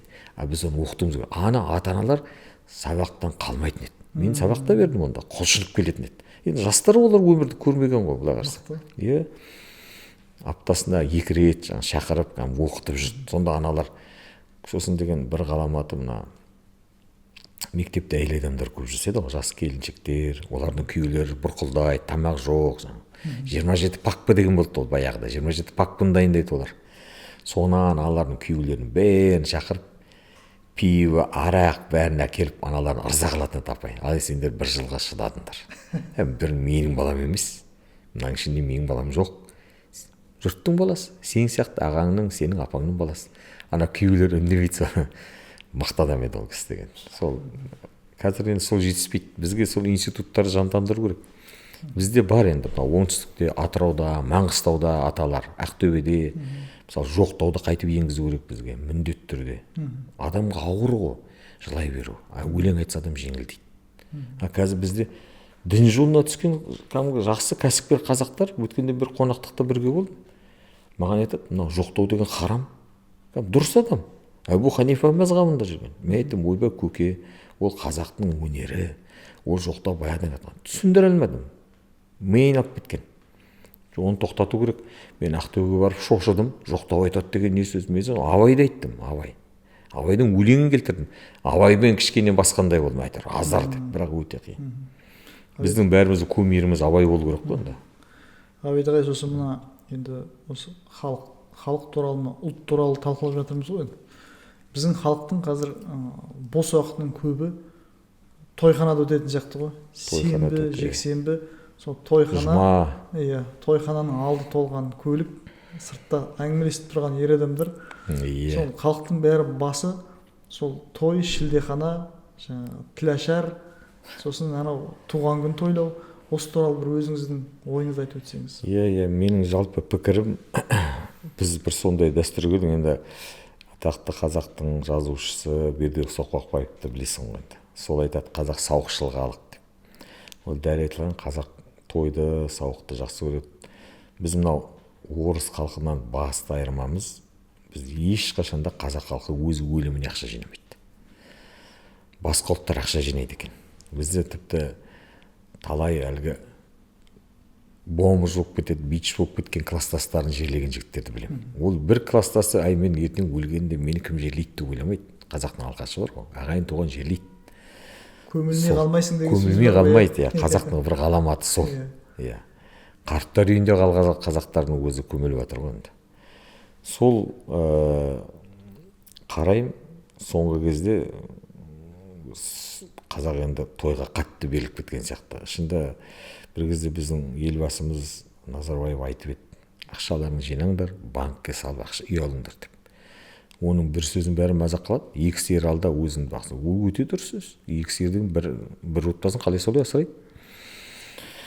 Сондықтан бізге енді шында да қазір Орал қаласын алатын болсақ, 200 тойхананы алайық. 200 тойханада әрқасында 100 кісіден есепте. Сенбі жексенбіде қанша адам отыр, оған қанша ақша керек. Мысалы, бір қыз, мысалы, өзі 3 қыз болсын дейік үйінде. Бір қыз айтады, мысалы, мен той жасап кетем деді. Жақсы, ата-анасына қандай ауыр. Ол ата-анасы тойға бір итке тастағанда 5 миллион шығарса, ол енді айтады, анашым ертең сен жаман көйлегімен шықпайсың ғой. Оған 100 мыңға көйлек алу керек. Ішінде топлиі бар, алтыны бар, тағы бірдеме бар. Енді оған келетін кісі де бір көйлегім жоқ деп келмейтіндер бар ғой бізде. Ана көйлекті кидім, мына көйлекті кимеймін енді деп. Содан кейін бізде бұл індет болып кетті. Бұны енді заңды түрде негізі тоқтату керек, сосын дәстүрді де дұрыстау керек бізде. Мен жалпы баяғыдан айтып жатырмын. Бізде бір тіл, бір дін, бір діл, бір дәстүр керек. Бізде салт дәстүрді реттейтін институт керек бізге. Соны заңды түрде бекіту керек деп ойлаймын. Мысалы, айту керек, мектеп бітіресің бе, ештеңе жасамайсың. Ата-аналарға қандай ауыр. Бір қыз мектеп бітіреді, оны ертең оқуға бару керек. Ал енді 1-ші классқа барады дейді. Одан кейін жаңа зейнеткерлікке шығады дейді. Оқуға түскенде армияға кетіп жатыр, армияға кетір. Білмеймін, үйіңде жаса. Мен қарсы емеспін. Ағайын туған шақыр. Бірақ басқаны қинама. Ең бастысы ол. Мысалы, сен қинайсың. Берері жоқ дейсіз ғой. Анау ұялғаннан келеді ғой. Уақыты жоқ оның деген. Ауылда мал бағып отқан кісілер боранда, қарда қаншадан аварияға түсіп жатыр. Сол тойдың кесірінен. Немесе садақаның кесірінен. Мысалы, қазір әлгі үйде беретін қонақасы деген бар еді. Соны қазір ресторандарда беретін болған. Оған кезекпен кіретін болған. Ол деген сенің өзіңнің жеке шаруаң. Кім қабірге түседі? Қаншадан таратамыз? Қаншадан жинаймыз? Қырқын қашан қоямыз? Сондай мәселе шешілетін өзі бір тек қана ағайын туған отыратын жер болды. Ресторанда жасадың ба, халық келе бастайды. Мысалы, мына өзбекте, шешенде, үйде, бәрі үйде. Олар ондай жасамайды. Мысалы, қонақасы жазып қояды қазір. Қонақасы мынадай ресторан, қарасы мынадай ресторан, жетісі мынадай ресторан, бір мынадай кісі опат болды, мысалы, өмірден өтті дейді де. Сосын ана халық оқып алады да кешке келеді. Мысалы, мен өткенде бір қонақасында болдым. Сол бір жігіт отыр, сосын алыс енді, мен жақын туысқанымда отырмын, бірақ ресторанда отырмын. Таксист екен, ауылдың таксист. Кешке көрінбейді, сосын тамақ ішейін деп келмейді ал. Мен жағам тұстырдым. Ол қонақасы ғой. Мен кіре алмадым соған. Үшінші кіргенде кірдім. Қонақасы деген жалпы қайдан шықты? Бұрын деген жоқ сияқты еді. Мысалы, біз есімде, бала кезімізде кісі өлген үйден қазан қайнатылмайтын еді ғой. Ол енді исламның заңы ғой. Исламның өзі тұрақты заңында. Кешке жиналып отырып бәрі. Ол заңы, бірақ ол бізде синтез ғой енді. Бізде мысалы симбиоздалған ғылым. Бұрыннан бар ма бұл қонақасы? Бұл бұрыннан бар. Мысалы, қазақтың өзі исламды өзіне реттеген ғой. Бұл соңғы асы қазақтың. Ана қайтқан адамның соңғы асы. Ол үйде берілуге тиіс. Дұрыс. Исламның заңы ол емес. Исламға салсаң тіпті жеңіл ғой. Мына дінде бәрі оңай ғой. Дінде бәрі оңай. Мысалы сен дінге түстің бе, керемет өмір сүресің. Неге сен барлығына жауап дайын тұр. Ғылымға түстің бе, сен ит қорлықты өмір сүресің. Ақшаң да жоқ, ештеңең де жоқ. Мысалы ойлап қара. Ғылымда ештеңе түсініксіз ғой. Мысалы қазір біз мешітке химия мен физиканы беретін болсаң бәрі қашып кетеді. Мешітте отырғандардың бәрі. А мешітте неге отырады? Анда бәрі оңай. Саған айтып береді, оның бәрі жауапты. Мысалы, мынадай сахаба, мынадай жылдар өмір сүрген екен, мына кісі бүйткен екен. Анық білмейсің ғой сен оны. Солай болған екен. Бірақ ол саған жақын жүрегіңе. Сенің жанарың, жан ауруыңды жазады ол. Ал енді мысалы қазір алайық, бір қазақ отбасын алайық. Көршілердің бәрі орыс. Ал ол саған исламның заңымен тамақ пісіріп бермейді ғой. Көрдің бе, ол саған тіпті кіріп те шықпайды. Енді сен не істейсің сонда? Сен өзің әкеңді, шешеңді қалай жөнелтесің сен? Ал енді мына Қытайда жақсы дәстүр бар екен. Қытайдың биік үйлері бар ғой. Үлкен қалалары, мына Орал қаласына соны енгізу керек деп ойлаймын. Сондай отбасылар көп бізде. Тар үйде тұратын. Көршілері қазақ болсын айтып, солар дастархан жайып айтады, ол жағы жақсы ғой. Оларда кәдімгі арнайы қаланың сыртында сондай орындар бар екен. Барады, дастархан жаяды, сол кісіні сол жерден шығарады, сондай не бар екен. Ол жақсы екен. Маған ұнады, ол бізге енгізу керек деп ойлаймын. Олар біреулер кішкентай ақшасын төлейді де алады ғой. Мысалы, мешіттің жандарында асханалар ашылып отыр ауылда. Бір 500 теңгені бір кісіге есептеп бересің де, сол жерде атқара қоясың. Сол сияқты ғой. Сондықтан деген бізде жалпы бұлай жалғаса берсе, оны Ермек Тұрсынов халық кеңесінде көтерді. Бізде қалай Қазақстан жетістігі тойхана, сосын мешіт салу, ана күнәсінен арылады, тойдан шығып мешітке барып өзіне алдайды деп жаңа. Ол рас. Тіпті бізде артта қалған мемлекет Бразилияның заңы жоқ деді ғой. Кім кітап оқып, ана емтихан тапсырып дұрысталғанын көрсетсе, анда деген әр кітапқа байланысты уақытын шегереді екен. Мысалы, бір кітап бір ай деген сияқты. Сонда қанша біздің жауһарларымыз бар. Өмірі кітап оқымаған адамдар, мысалы, докторантура жүргенде ағайдың үйіне газетте жұмыс жасап, Әзілхан Нұршаев марқұм ағамыздың үйіне көп бардым мен. Сонда Әзілхан ағай айтады ғой, хаттарын көрсетті. Махаббат қызық молдар шыққанда, тек түрмеде жатқан 422 қазақ жігіті қыз зорлап отырғандар. Хат жіберген ғой ағайға, 70 жылдар. Қандай айуан болғанын жазған. Кімнің сөзі бар? Абайдың. Адамның мінезін дұрыстап болмайды деген адамның тілін кеседі. Мысалы, Александр Бектің Волоколам тас жолы еңбегін білесің, арпалыс. Сол кезде Бауыржан Момышұлы есептейді, қорқақтар ол өмір бойы қорқып қалады деп. Сондан барып ол түсінеді. Нағыз қорқақтар батырға айналады. Енді баулаған адам батыр болатынын түсінеді. Сондықтан, мысалы, бізде қазір дін жолында жүргендерді кейде естисің, қырып тастау керек өйтіп, ол мүлде қате. Онымен сөйлесе, болды, сөйлессе, ол қатесін түсінеді. Сондықтан бізде ол негізі реттеу керек. Енді бір пәтуа шығара ма шында да. Өткенде мен бір садақада болдым, бір молда үлкен кісі екен, беделді кісі екен ауылда. Ол кісі деген айтты, біз осылай Құранымызды оқып отыра береміз. Адамдар ауыз тиіп шыға береді. Мына оңтүстікте, Қызылордада, Өзбекстанда солай екен. Сол үйде жағдай жоқ үй, ана үй. Өте жеңіл өтті. Неге десең, қарасы да солай, шағын сол жерде атап өтілді. Қонағасы да сол жерде атап өтілді, ешқандай ресторанға жем болған жоқ, мысалы. Сосын мен біздің мейрамханаларда қолдаймын, өткенде олар қол қойды ғой, 13 түрлі тағамнан артық алмай, олардың мысалы мен ана ресторатор дейміз ғой, соларға ризамын. Олар мысалы алмапты. Біз қол қойдық, рахмет деп. Ондай бір туысқандар болды. Барғанда айтқан, мынауыңда келесің, мынауыңда артық ештеңе керек емес. Біз қол қойдық деп. Бірақ қол қоймағандар бар. Мысалы, адамдар онда деген тамақ жеу үшін келмейді ғой шынында да. Енді былай қарасаң, бізге шынында да бір пәтуа керек. Тойда енді мен кішкентай бала, мысалы, тіпті ананың құрсағында баланы жуып атқандарын көріп жатасың, ол деген мүлде қате. Ырысбек Дәбей жазды ғой, қазақ деп айтатын еді, құлағына сыбырлайын деп ондайды. Болды. Ол деген тіл көзден сақтау керек. Мысалы, өзі көптен көрмеген баласы 1 жасқа толады, мысалы, 15 жыл бала көрмейді той жасайды. Ол бала көз тиеді ауырып қалды содан кейін. Ол менше деген тіпті ботаның өзін көрсеткен жоқ қой қазақ. Енді 12 ай буаз болған, мысалы, аруанады. Сондықтан деген шында реттемесе, қазаққа індет енді, әсіресе жастарға. Сосын еңбекқорлыққа тәрбиелеу керек қой, тойға тәрбиелемеу керек. қазір бәрі ойлайды так мен қалай ақша тапсам, тойға барып билеп ақша тапсам ба екен, ән айтып ақша тапсам ба екен. Тіпті қазақ жігіттер билеп ақша табады, ұяттау енді. Мысалы әлеуметтік желіден Ербол Мәндібекті көп оқимын мен. Сол өткенде Ербол Мәндібек жазыпты, ұнады, бір үйге бардық дейді. Сосын бір батыр тұлғалы жігіт айтты дейді, ауылдас інім екенсің, анау не әйелдеріне қастарын бояп ақша тауып жүр деген көргенсіздік емес пе, ұят емес пе деп. Ана жігіт үндеген жоқ дейді. Сосын ұрысып алды дейді. Сосын сыртқа шықтық дейді. Оның бір ескі машинасы, менің ескі машинам азар тұтанды дейді. Ана жаңа әп-әсем жас жігіт шықты да су жаңа Лексусты чек еткізіп тұтатып кетіп қалды дейді. Күніне бір әйелден 55 мың алады, күніне 10 әйелден 500 мың алып отырғансың, мынадай алмай қайтсын деп айтты дейді.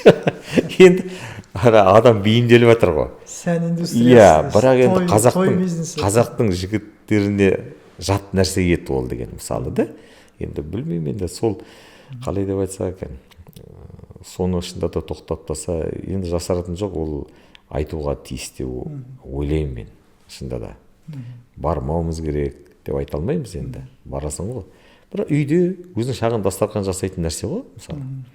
Бірақ енді қазір жасап жатады ғой. 40 жас дейді. Қазақ 40 жас жасамаған деді. 30 жас екен білмейтін еді. Қазір 37 жас дейді, 25 жас дейді. Әйтеуір неше түрлі шығып кетті ғой. Ғабит ағай, жаңа сіз тіл тию, көз тию туралы айтып жатсыз ғой. Оның алдында жаңа қарғыс туралы бір бастап кеттіңіз. Жалпы осы сөздің химиялық әсері сол туралы айтыңызшы. Ол бар, ол бар. Мына орыста сөз бар, бір ғалымның атын ұмытып қалдым, сөздер материалданады дейді. Мысалы, армандап жазып қойсаң, сол орындалады дейді. Шетелдің ғалымдары. Мысалы, мен осында үй алғым келеді деп жазып қойсаң, төбе аласың деген сияқты. Ол енді рас шығар, шынында да. Бірақ енді Жапонның ғалымдары зерттеу жүргізген ғой, бір суды құйып қойып, суға жаман лағнет сөздер айтқанда су сасып кеткен ғой. Ол шынында да мына адамның ниеті бар енді. Мысалы, мына аруақ дейді қазақ, рух дейді дінде. Сол мына періште дейді, адамды қорғап тұрады дейді. Мысалы, баланың періштесі қақ дейді, кеше ана Қахрамарашта жер сілкінген кезде бәленбай күн 6-7 күн жатып қалған кішкентай балдарды суырып алғанда, ана балдар сап-сау. Тамақ берді, бір апай келді, бір ағай келді, аппақ адам қоршап тұрды, жылытты деп айтып жатыр. Сол аруақ соған қарағанда бір күш мына сөзді де айналдыратын сияқты, менің ойымша. Сондықтан қашанда жақсы сөйлеу керек. Бірақ енді сол қонған, аруақ қонған сондай тұқымдар бар ғой. Мысалы, театралдық қойылым болды, радиодан берді. Мына Құнанбайда Зере Кеңгірбай биден не сұрайды ғой, бата. Сонда мен радиодан естідім, керемет ойнайды біздің актерлар. Жоқ, батам жоқ деп. Көке деген бәйбішесі бар. Қарағам, қайтесің, өзің інің ғой деп. Жоқ деп. 2 рет келеді. Қуып жібереді ғой. Бермейді. 3-шісі келгенде бермейді тағы да. Сосын ойбай бершеш деп. Теріс бата бере аламын дейді. Шақыр ана келінді, Зерені шақырады, сосын айтады. 9 жыл бойынша түңілің ашылмасын, теріс бата береді. Соны шығып кетеді. Ойбай, қатты болды ғой, теріс бата бердің ғой. 2 рет мал сойып келді ғой, мал сойып саған. Артынан еріш дейді ғой, артынан еріп келіп қарайды, 2 бөлтірік, 2 қасқа беріп батыр екен деп. Сол 3 жыл күттім ғой, менің ұрпақтарым менен бата сұрамады ғой. Енді мынау кетті оларға деп айтты. Мен деген ана спектакльда мықты айтады. Мен мынаны бата берсем, бүкіл барлығы осы сөзбен батамен оларға кетеді ғой деп. Анау енді 3-шісіне ренжіп Құнанбай келмей қалды ғой, ана күшті келтірген. Сонда келгенде айтады ғой. Анашым той жасаймын дейді ғой. Теріс батады осы аты, батады. Маған дауды ғой деп. Батаның күші ғой. Қазақта мысалы сөз бар. Атаңнан дейді, бота қалғанша бата қалсын дейді. Бота бір жұттық дейді. Бата 1000 құттық дейді ғой. Батамен елгу керек дейді, жаңбырмен жергу керек дейді. Ол бүкіл әлемде бар. Жаңа орыста благословление дейді. Ата-анасын батасын алмаған адам азбайды, азат дейді қазақ айтады. Ол жоғалады дейді. Сол ғой. Сондықтан деген ол күштің материалдық химиялық әсері сөздің міндетті түрде болады деп ойлаймын. Сондықтан ең бірінші мына бір қазақ жігіт айтты ауылда, бір жер алдым дейді. Сосын сәбіз салдым дейді, жаңа 40 қабат дейміз, сосын картоп. Көрші орыс та солай кетті. Жерім құйта қандай дейді, бір 10 сотық дейді, 10 күде 10 сотық. Сосын ойладым дейді, өзі сатып алғанша өзім жер төлем бар, соған сақтаймын. Мә, ананікі мықты шығады, менікі шықпайды дейді. Солай 7-8 жыл жүрдім дейді. Мен оған салмаған тыңайтқышым жоқ дейді. Сосын ойладым, бұл не қасиет бар деп. Сосын бір күні қарап отырсам, анау сөйлеседі екен дейді. Сөйлеседі екен дейді, кәдімгі. Сосын айттым дейді, сен сөйлеседі екенсің ғой, аялайды екенсің ғой деп. Мен бәріне күнде сәлем берем, олар да жан, олар да сезеді. Сосын айтты дейді, жаңа мына Қожақар деген жер бар ғой, сонда кәрістер тұрған екен баяғыда. Сондағы жігіттің естіген әңгіме, кәрістерден үйрендім деп. Содан кейін мен сөйтіп айта бастап едім дейді, аналар өзгеріп сала берді дейді.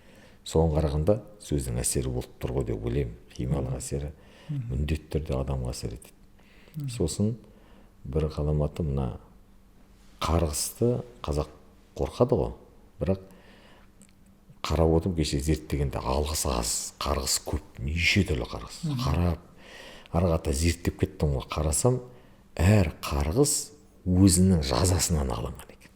Мысалы, әр адамға өз жазасы тағайындалған. Мысалы, елін сатып кеткен батырға, сұлтанға құмырсқаны үйлеуінің тұсынан кәдімгі не қағылады екен.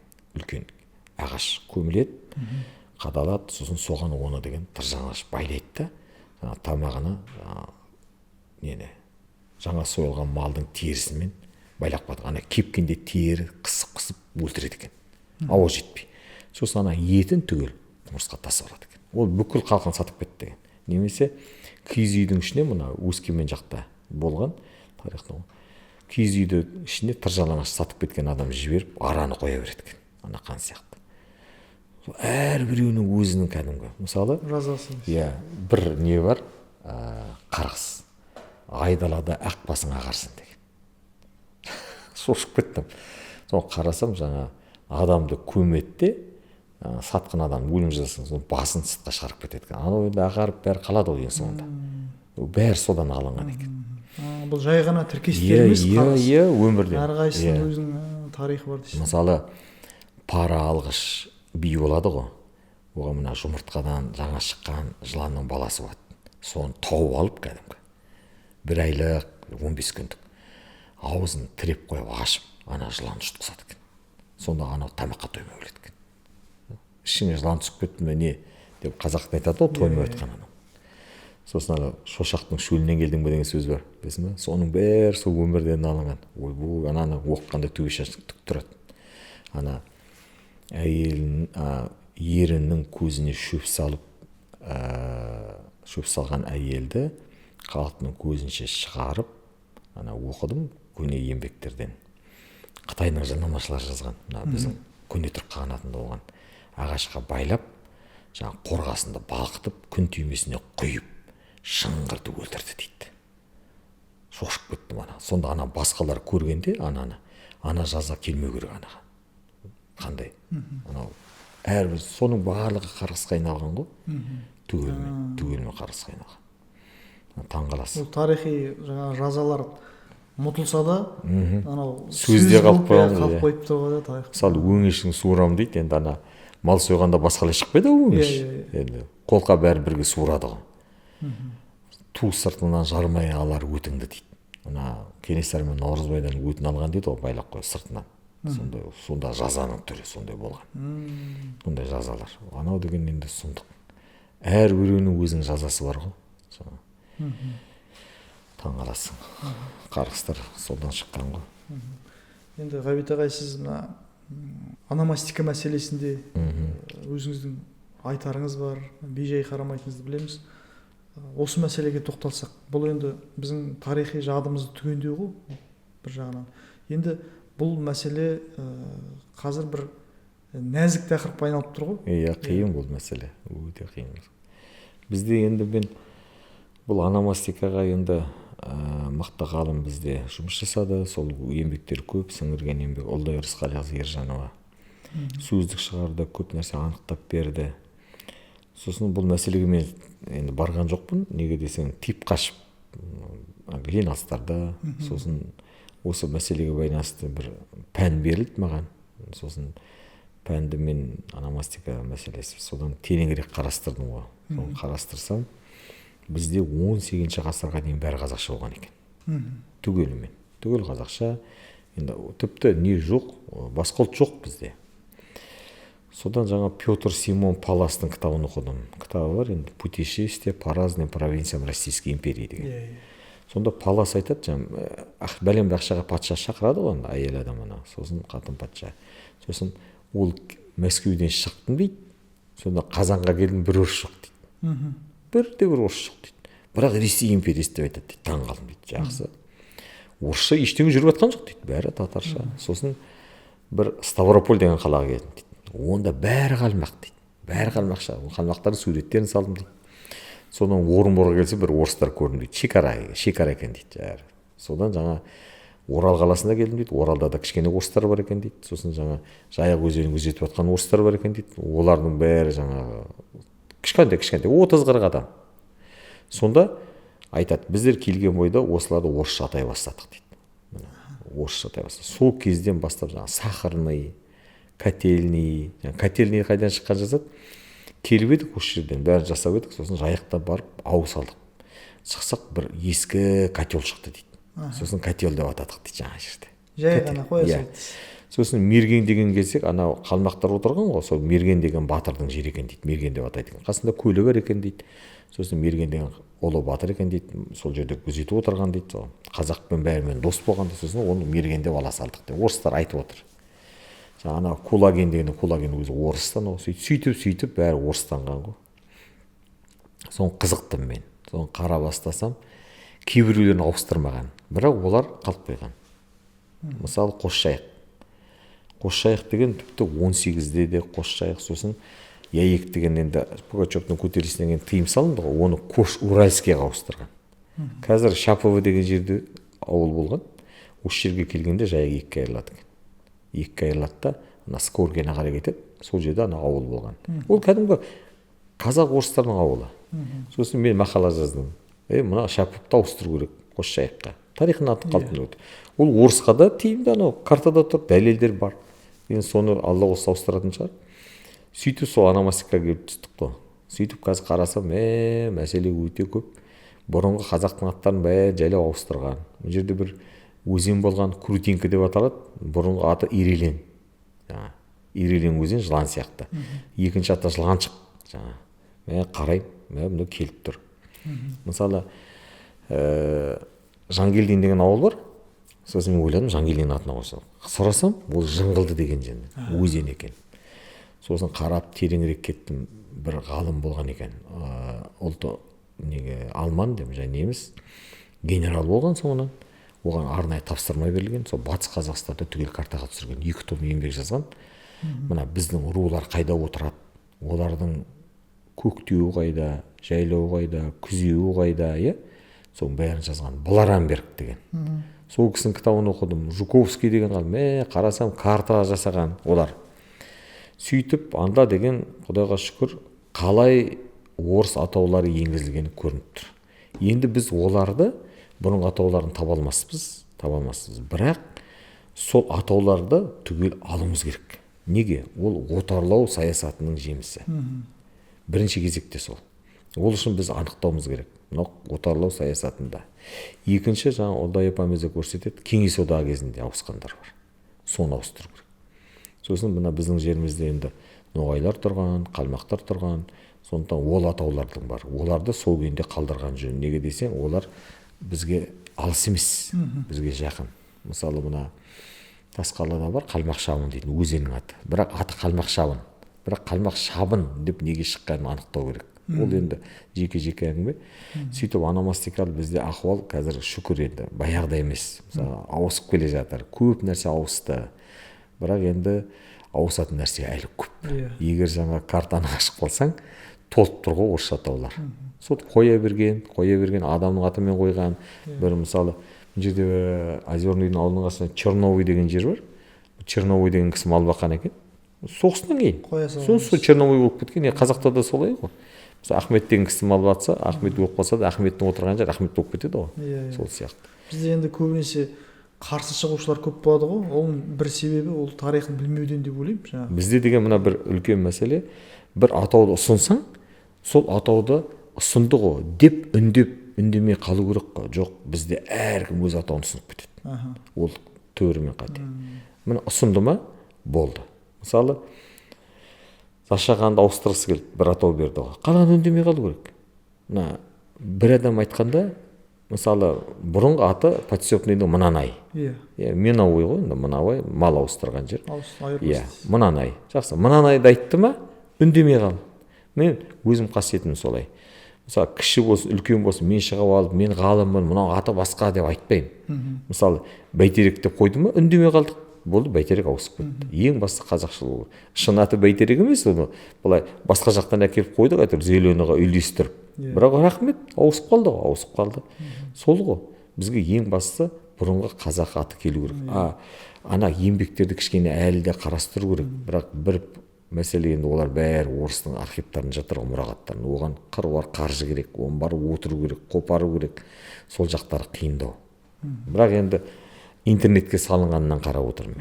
Интернетке салынған. Бізде негізі қазақ жер су атын көп өзгертпеген ғой. Мысалы, Қалмақтың батырының атымен тұрма, солай тұра береді. Мерген солай қалған, Боғда бар ғой, Боғда. Сол келдік дейді, Боғда деген Қалмақтың далайламысы екен дейді. Кім айтады? Кім? Палас. Петр Сен Палас. Ана Ордада. Сосын енді керемет, Сосын бізде мына Ысық руынан шыққан Боғда деген күйші бар, сол таудың аталған дейді. Былай қарасаң, анау Богдо деген жаңа Қалмақтың сайқынды батыр атауы қателеспесек. Сол енді мына қалмақтарға да көп бардым ғой. Қалмақ пен қазақ жалпы бір ұлт екенін мен байқадым. Мына жауынгерлік жағынан тек бізді пайдаланғанда бір-біріне қарсы айдаған. Бірақ өте дос болған. Мен жақында бір Атырауда бір марқұм Мақсат Тажмұрат түсірген YouTube каналдан көрдім. Ана диверсанттар лақтырылды ғой баяғыда бізге. Сонда бір қалмақ қыз бен қазақ жігіттің махаббатына қойылған мола бар екен. Сен көрген шығарсың. Жанбике қыздың аты. Әлі қазақ қыз ба, қалмақ жігіт па, енді дәл білмеймін. Соған қарағанда сол өте тату болған. Сосын мен ана қалмақтарға барғанда бір нәрсеге таңғалдым. Әлгі Шаңды жорық деген болды оларда. Олар бүкіл қалмақтар көшті ғой аяққа. Алтайға қайтадан. 1770-71 ма қыста. Сол оқиғаны жыр қылып айтады олар. Сол жартысы қалып қойған мында. Қалай дайындалған үлкен әңгіме, енді бұл жерде уақыт алмай-ақ қояйын. Сонда жаңа қазақ даласында кейбір жерлерде соғыстар болған, бірақ негізі қазақ даласында келісім шартпен жүріп жатқан. Соған қарағанда қазақтармен жақсы болған болып тұр ғой деп ойлаймын. Қазақтармен келісіп отырған болып тұр ғой. Сондай әңгіме айтылды. Мысалы, мен оқығам, бала шаға деген сөз, мысалы, шаға деген бала деген сөз. Қалмақ тілінде. Моңғол мен қалмақ мына үш ұлт бір. Бурят, моңғол, қалмақ. Сосын олардың діні де бірдей. Сосын олардың тілі де солай. Қос сөздер қайталама қос сөз, қосарлама қос сөз дейміз ғой. Қосарламаның қосақтасып жүрген сөз көбінесе сол қалмақ. Ана абысын ажын дейді ғой. Ол моңғолда ажын абысын мысалы. Көрші отырғанда оны біздің ғалымдар да қателесіп жазып жүрді. Ой, мынау моңғолдың сөзі деп. Сосын бүкіл сөзін моңғол қылып жібердік. Моңғолдың ғалымдары мұны қазақтың сөзі дейді. Ол екі ортада ортақ. Оны Мұрат Сабыр керемет зерттеді. Ол екі ортада қалған. Неге десең, біздер баяғыда тұңғыс маншур, жапон кәріс, түркі моңғол, фин-угор дейді, бәріміз бір топта болғанбыз. Жапонда қазір 1000 сөз бар қазақпен дәл келетін. Ешқандай. Сондықтан қазақ, түркі моңғол дегеннен кейін біздің түбіміз бірде. Сол сөздер ғой халық қойған. Мысалы, жымпиты деген сөз. Анау бір қандасымыз бар еді, Моңғолиядан келген. Содан сұраймын осы қалдығайты, шідерті, өлеңті, бұғанты, сосын жымпиты мағынасы не дегенде ол қояны көп жер деген білдіреді дейді. Иә, жым деген. Иә, қоянның үсірлеуі ғой. Иә. Олдың қандағай деген мысалы моңғол тілінде бұлан. Бізде қандағай бұланның еркегі, ана мүйізі бар бізде. Мысалы Қалдығайда содан шыққан. Темір Отаров деген марқұм Қаратөбеден шыққан мықты ғалым бұл, ұстаз мықты. Сол кісі жазды оны. Ол көп бірдей келеді ғой. Ана жақта баяғыда қалмақтар тұрған ғой, шідерті Семейде де бар. Оларда бізде тек, оларда өлеңті бізде де бар деген сияқты. Оларда слеті бар, бізде слеті жоқ. Сондай. Ол бұланты оларда. Бізде Қалдығайда, көрдің бе? Енді бәрі дәл келіп тұр. Кезінде енді бұлар мықты халық болған ғой. Ресейдің өзі сол қалмақтармен қорған болып, Кавказды жаулай алмай отырғаны сол бір тарихи. Мен қалмақтарға барғанда жаным ашыды. Көрмеген жоқ. Біздің қазақтың көргені деген түк емес ананың қасында. Сол анадан тіріліп, солмен отырған адам, сосын рухтары да мықты. Өзі өте аз, қыртсаған ғой, қыртсаған. Ана көшкен себептерін айтып берді. Бір күндері крест салып бәріміз орыстанады екенбіз, сондықтан көшеміз деп шешкен олар. Қандай? Ғалым ретінде өзіңіз көзқарасыңызды айтып өтсеңіз, мына біздің тіл ғылымы бағыты қалай қазір? Қайда бара жатыр? Қазақ тіл білімі ме? Қазақ тіл білімі. Қазақ тіл білімі ғылымы баға беретін енді расты емеспін, бірақ енді өзім өте жоғары дәрежеде дамып жатыр деп айта аламын. Баяғы біздер ғылымға келген кездегі қарағанда қазір өте керемет. Көптеген ғылым пайда болды. Мысалы, Ахмет Байтұрсынұлы атындағы тіл білім институты қазір көптеген жобаларды жүзеге асырып жатыр. Мысалы, корпусты қазақ тілі жасалды. Анар Фазылжановаға мың алғыс. Үлкен жұмыс атқарылып жатыр. Қазақ тілі деген әртүрлі салалармен зерттелуде. Мысалы, бұрын тұрған кемпінде зерттелген морфология, қазір қазақ тілінің жаны бар. Мысалы, лингвомәдениет тану, қазақ тілінің бұрынғы өліп қалған атаулар, этнолингвистика өте көп. Қазір мысалы бізде деген әлеуметтік лингвистика деген сала бар. Ол керемет дамыды. Бақытжан Қасанов деген ғалым көтерді. Сосын ел тану деген бар, лингва ел тану. Міне қазір бізде осы көтеріліп жатыр. Қазақ тілі арқылы елді таныту. Сосын бізде қазір лингва мәдениет тану деген ғылым пайда болды. Ол да керемет дамып жатыр. Сосын этнолингвистика деген Әбдуәли Қайдаров негізін салған, ол деген 1980 жылдардан бастап керемет дамыды. Мысалы, бір ғана Рүстем Шойбеков қазақ тіліндегі зергерлік өнер атауларына байланысты қанша сөз тапты. Немесе мысалы Амантай Жылқыбаева тағам атаулары. Мысалы, біздің жерлес ғалым Құспан Ғұмарлы Арон аспан денелерінің атаулары. Қазақта мысалы Есек Қырған, Шолпан мысалы. Өте көп. Мысалы, жылқы. Психолингвистика. Психолингвистика ол деген бізде кішкене сол енді ғана қолғанып отыр. Бірақ баяғыда Сәуле Ахметова деген ғалым алған.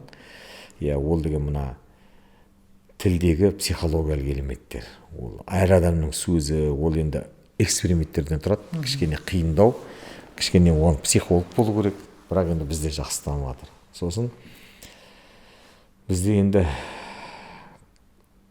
семантика ғылымы, менің ғылым керемет дамып жатыр. Одан кейін мына тілдік қатынас негіздері дейді, ол да.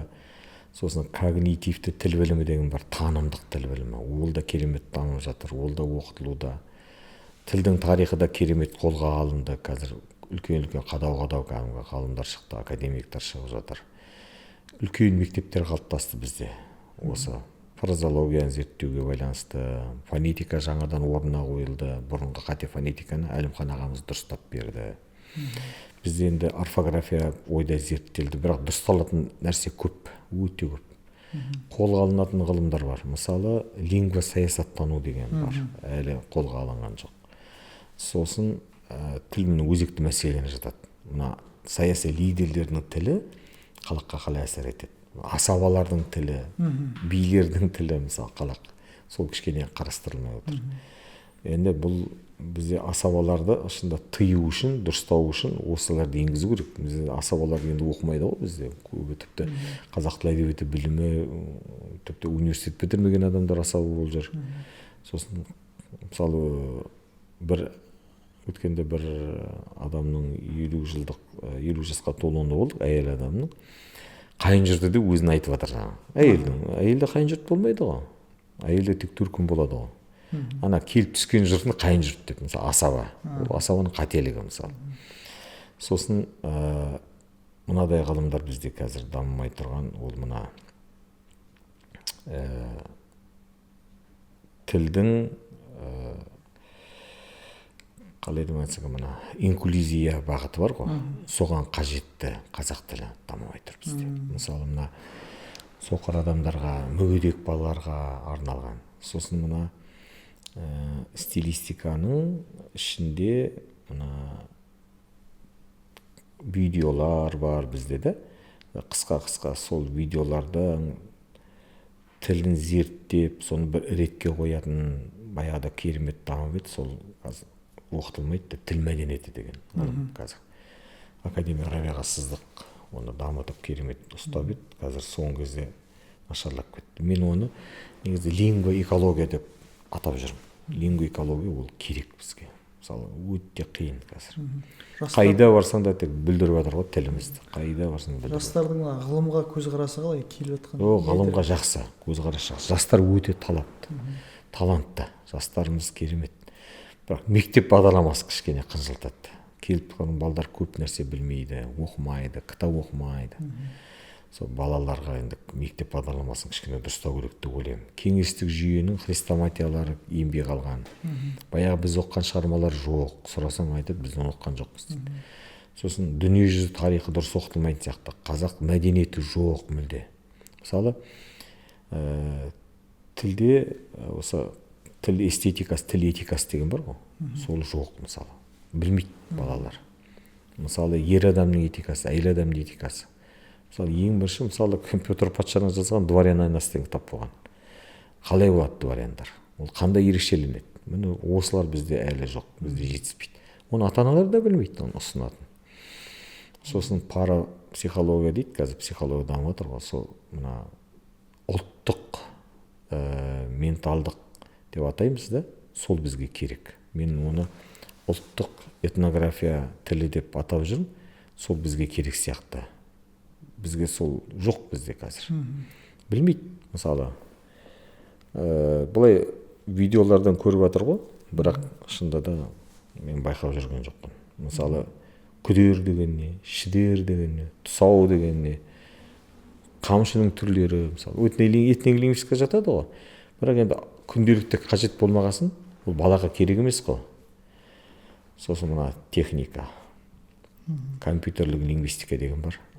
Марқұм енді Құдайберген Жұбановтың ұлы Асқар Жұбанов дамытты. Біз соны іліп алып кетуіміз керек. Компьютерлік лингвистика сол күйінде енді дамып жатыр, корпустық лингвистика, бірақ енді сол бізге керек. Мысалы, Google аудармашы.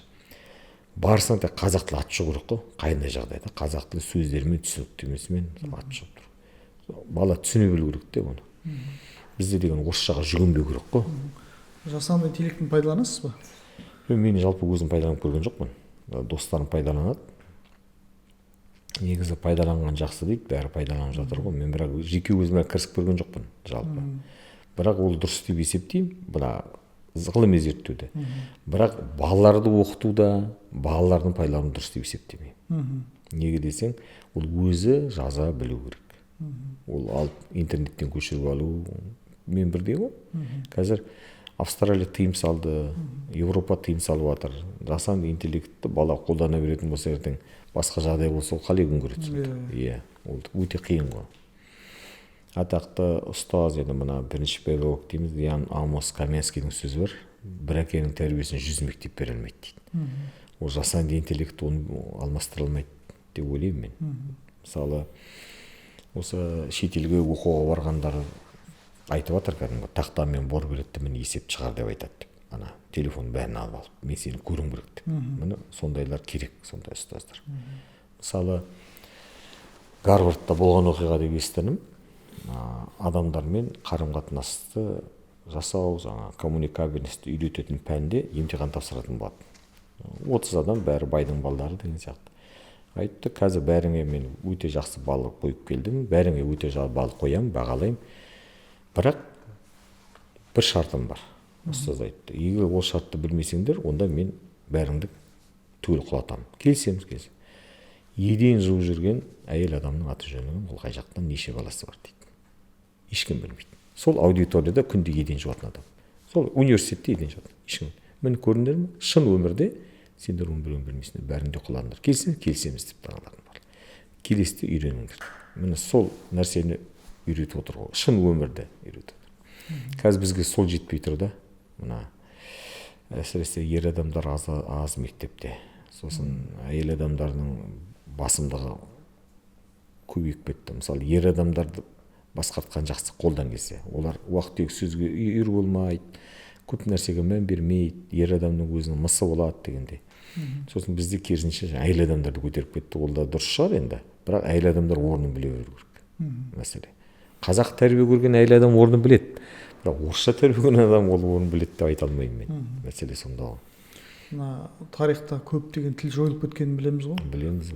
Енді қазіргі мына технология дамыған заманда бүткіл сөз ғаламторға енгізілді ғой. Иә. Қазіргі заманда сол тіл ұмытылып кетуі мүмкін бе? Мүмкін. Неге десем, мысалы бізде жоғары білімнің өзінде мына шетелде қолданып жатыр дейді, мына ақша үнемдеу үшін мұғалімдерді алып тастап жасанды интеллектке сабақ бергізу.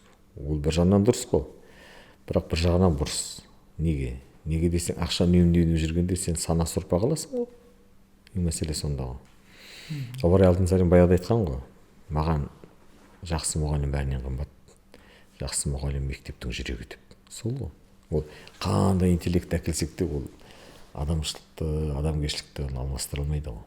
Сондықтан ол жалпы қазір мына жайлы мектеп дейміз, қазақ мектептерінде шынында балалар деген нашар деп естіп жатырмын. Мен ол кезде баяғыда білім тексеретін жағдай болатын еді, қазір білем ме білмеймін. Шынында балалар деген көп нәрсені білмейді дейді, балалар оқымайды дейді. Ата-аналар мұғалімдерді кінәлайды, мұғалімдер ата-аналарды кінәлайды. Меніңше бұл деген тек қана мына технология, жасанды интеллекттің әсері деп ойлаймын. Сөз әрине ата-аналар өздері қадағаламаса, мұғалімге кімнің баласы керек? Ол шын мәнінде келгенде ол жауап бермейді ғой. Ертең арпалысатын сен ғой сол баламен. Сондықтан мұғалімге тек артық қана қойып, ой мені мұғалім дұрыс оқытпады деп отырсаң, онда деген үлкен таяқ жеген. Абайдың сөзін бәрі ұмытты ғой, жасында ғалым бар деп ескермедім деген. Абайдың сөзін ұмытпау керек. Абайды жалпы жиі оқып тұру керек қой, бірақ бізде енді абайға ешкімге керек емес қой. Мысалы, Герольд Бельгердің сөзі бар ғой, абай тіріліп келсе ең бақытсыз адам болар еді деп. Сол ғой, ол ештеңе өзгерген жоқ. Баяғыда абай айтты ғой, интернетте оқып жүр талай қазақ баласы, адвокат дәтілмәш болсам деген бәрінде әлі сол, ештеңе жүрген жоқ, бәрін қуып жүрген сол ақша. Бір айналып келгенде абайдың сөзін оқып жатқан адам жоқ. Абай енді бәрі айтады, ой бай болғасын сөйтті деп, оның жейтін тамағы болды деп. Жоқ, ол соның арқасында бай болды ғой. Мысалы, қазір қазақтың байлары бар, абайды еске алып отқан, мысалы Марғұлан Сейсенбай сияқты, бірақ ондайлар ешкім тыңдамайды, оны кім қарап жатыр? Қазіргі замандағы қазақтың сөзді қадірлеуі мен бұрынғы қазақта сөздің орнын айтып өтіңізші, осы қорытынды сұрақ болсын. Ол деген мүлде басқа ғой. Қазір деген қазақ түгел өзгерді ғой.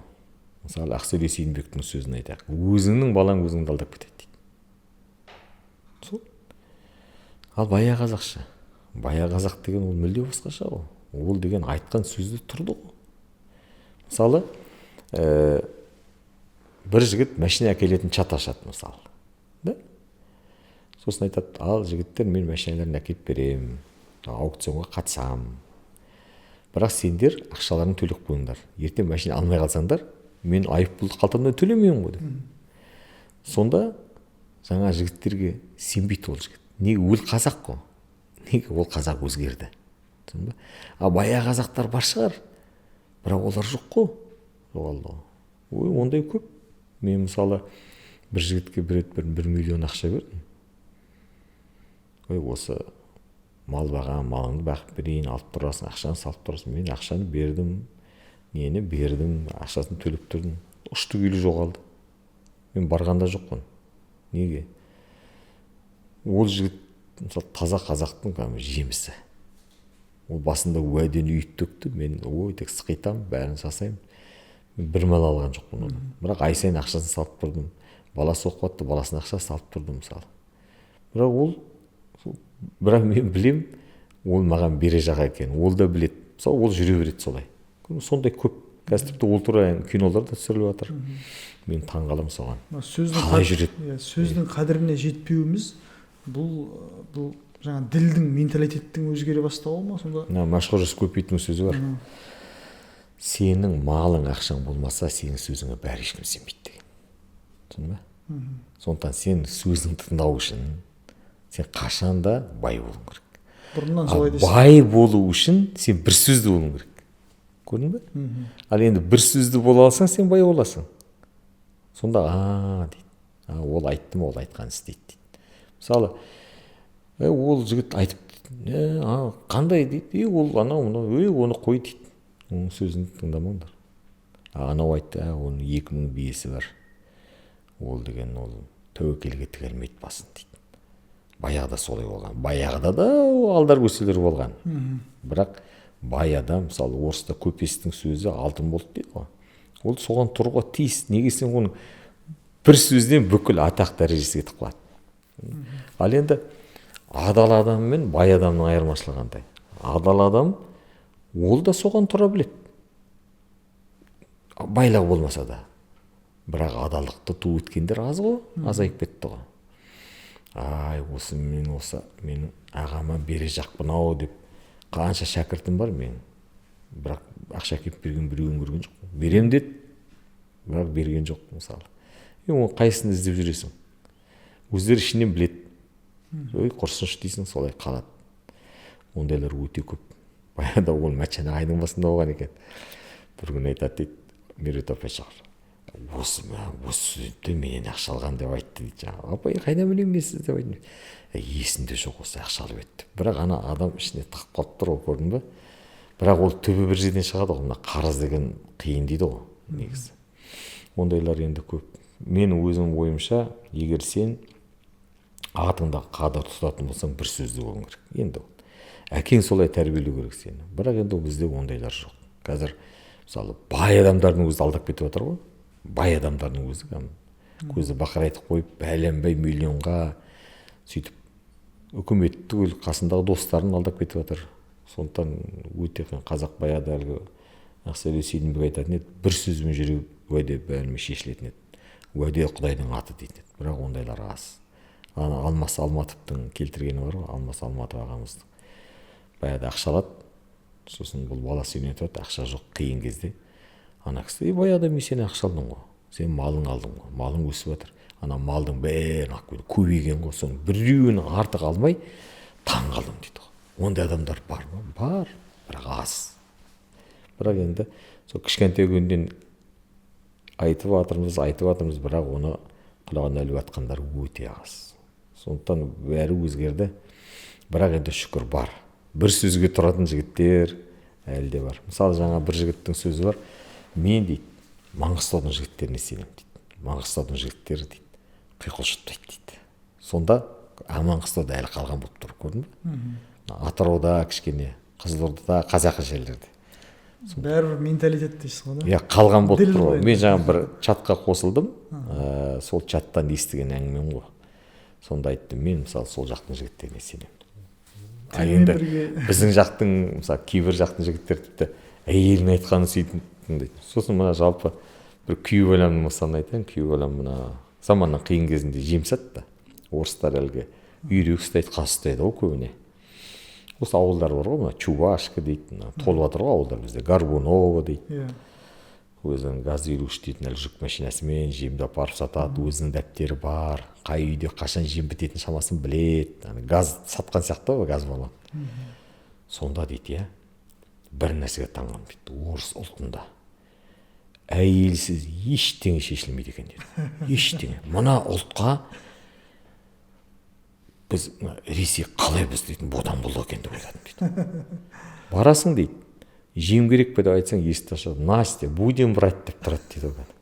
Мен бәрін білемін дейді. Бүкіл журналда жазылып тұрады дейді. Бірде-бір қазақ жігіті олай емес қой. Егер әйелінен сұраса, ол жігіт бетіне ешкім айтпайды. Кластасы бәрі сырғып кете береді ғой. Ол бетіне айтпайды. Бірақ біледі ғой, ештеңе шешпейтін. Әйелі шешетін. Әйелі шеше ме, ол одан дос болмайды ол жігітте. Ол бәрі кетіп қалады. Енді ақылды әйелдер болса, ол жақсы ғой. Ағайыныңа бер деп отыратын. Қайта оны жақсы көреді. ондай әйелдің үйінен кісі шықпайды ғой. Соны таң қаласың шынында да. Қазір өзгерді ғой. Бірақ енді қалпына келтіруге болады. Керемет. Ол үшін біз жаңа әдебиетімізді барлық мектепте беруіміз керек. Әдебиет деген тамыр ғой. Қазір тамыр жоқ ағаш балдар. Бәрі әртүрлі дінге түсіп жатыр, радикалды діндерге. Неге десең, қорғандары жоқ. Қарсы қоятын ештеңесі жоқ. Айтатын уәзі жоқ. Иммунитет. Аналар айтқан нәрселердің барлығына сеніп солай кетеді. Сосын жаңа қалғаны көбі Сирияда өлді, мысалы кеше. Өздері білмейді не үшін бар жүрген. Біреуін білмейміз ғой мысалы. Ана Мәншүк Мәметованы біледі, Хиуазды біледі. Соны үйретсе ғой аналар. Аз жоқ, олар кетті бір. Исламның жасыл туының астында деген өтірік ұрандарға сеніп, осындай уақыт. Ғабит ағай, алтын уақытыңызды бөліп келгеніңізге көп рахмет. Тыңдап отырған тыңдарман, көрермен сіздің әңгімеңізден көп пайдалы дүние алды деп мен сенемін. Аман жүріңіз, көп рахмет. Рахмет. Өздеріңе де мына телеарналарыңызға, жалпы YouTube арналарыңызға береке берсін. Алла қашанда денсаулық берсін сіздерге. Қазақтың жолында бәріміз осы бір тудың астында жинала берейік деп айтқым келеді. Еліміз аман, жұртымыз тыныш болсын. Рахмет.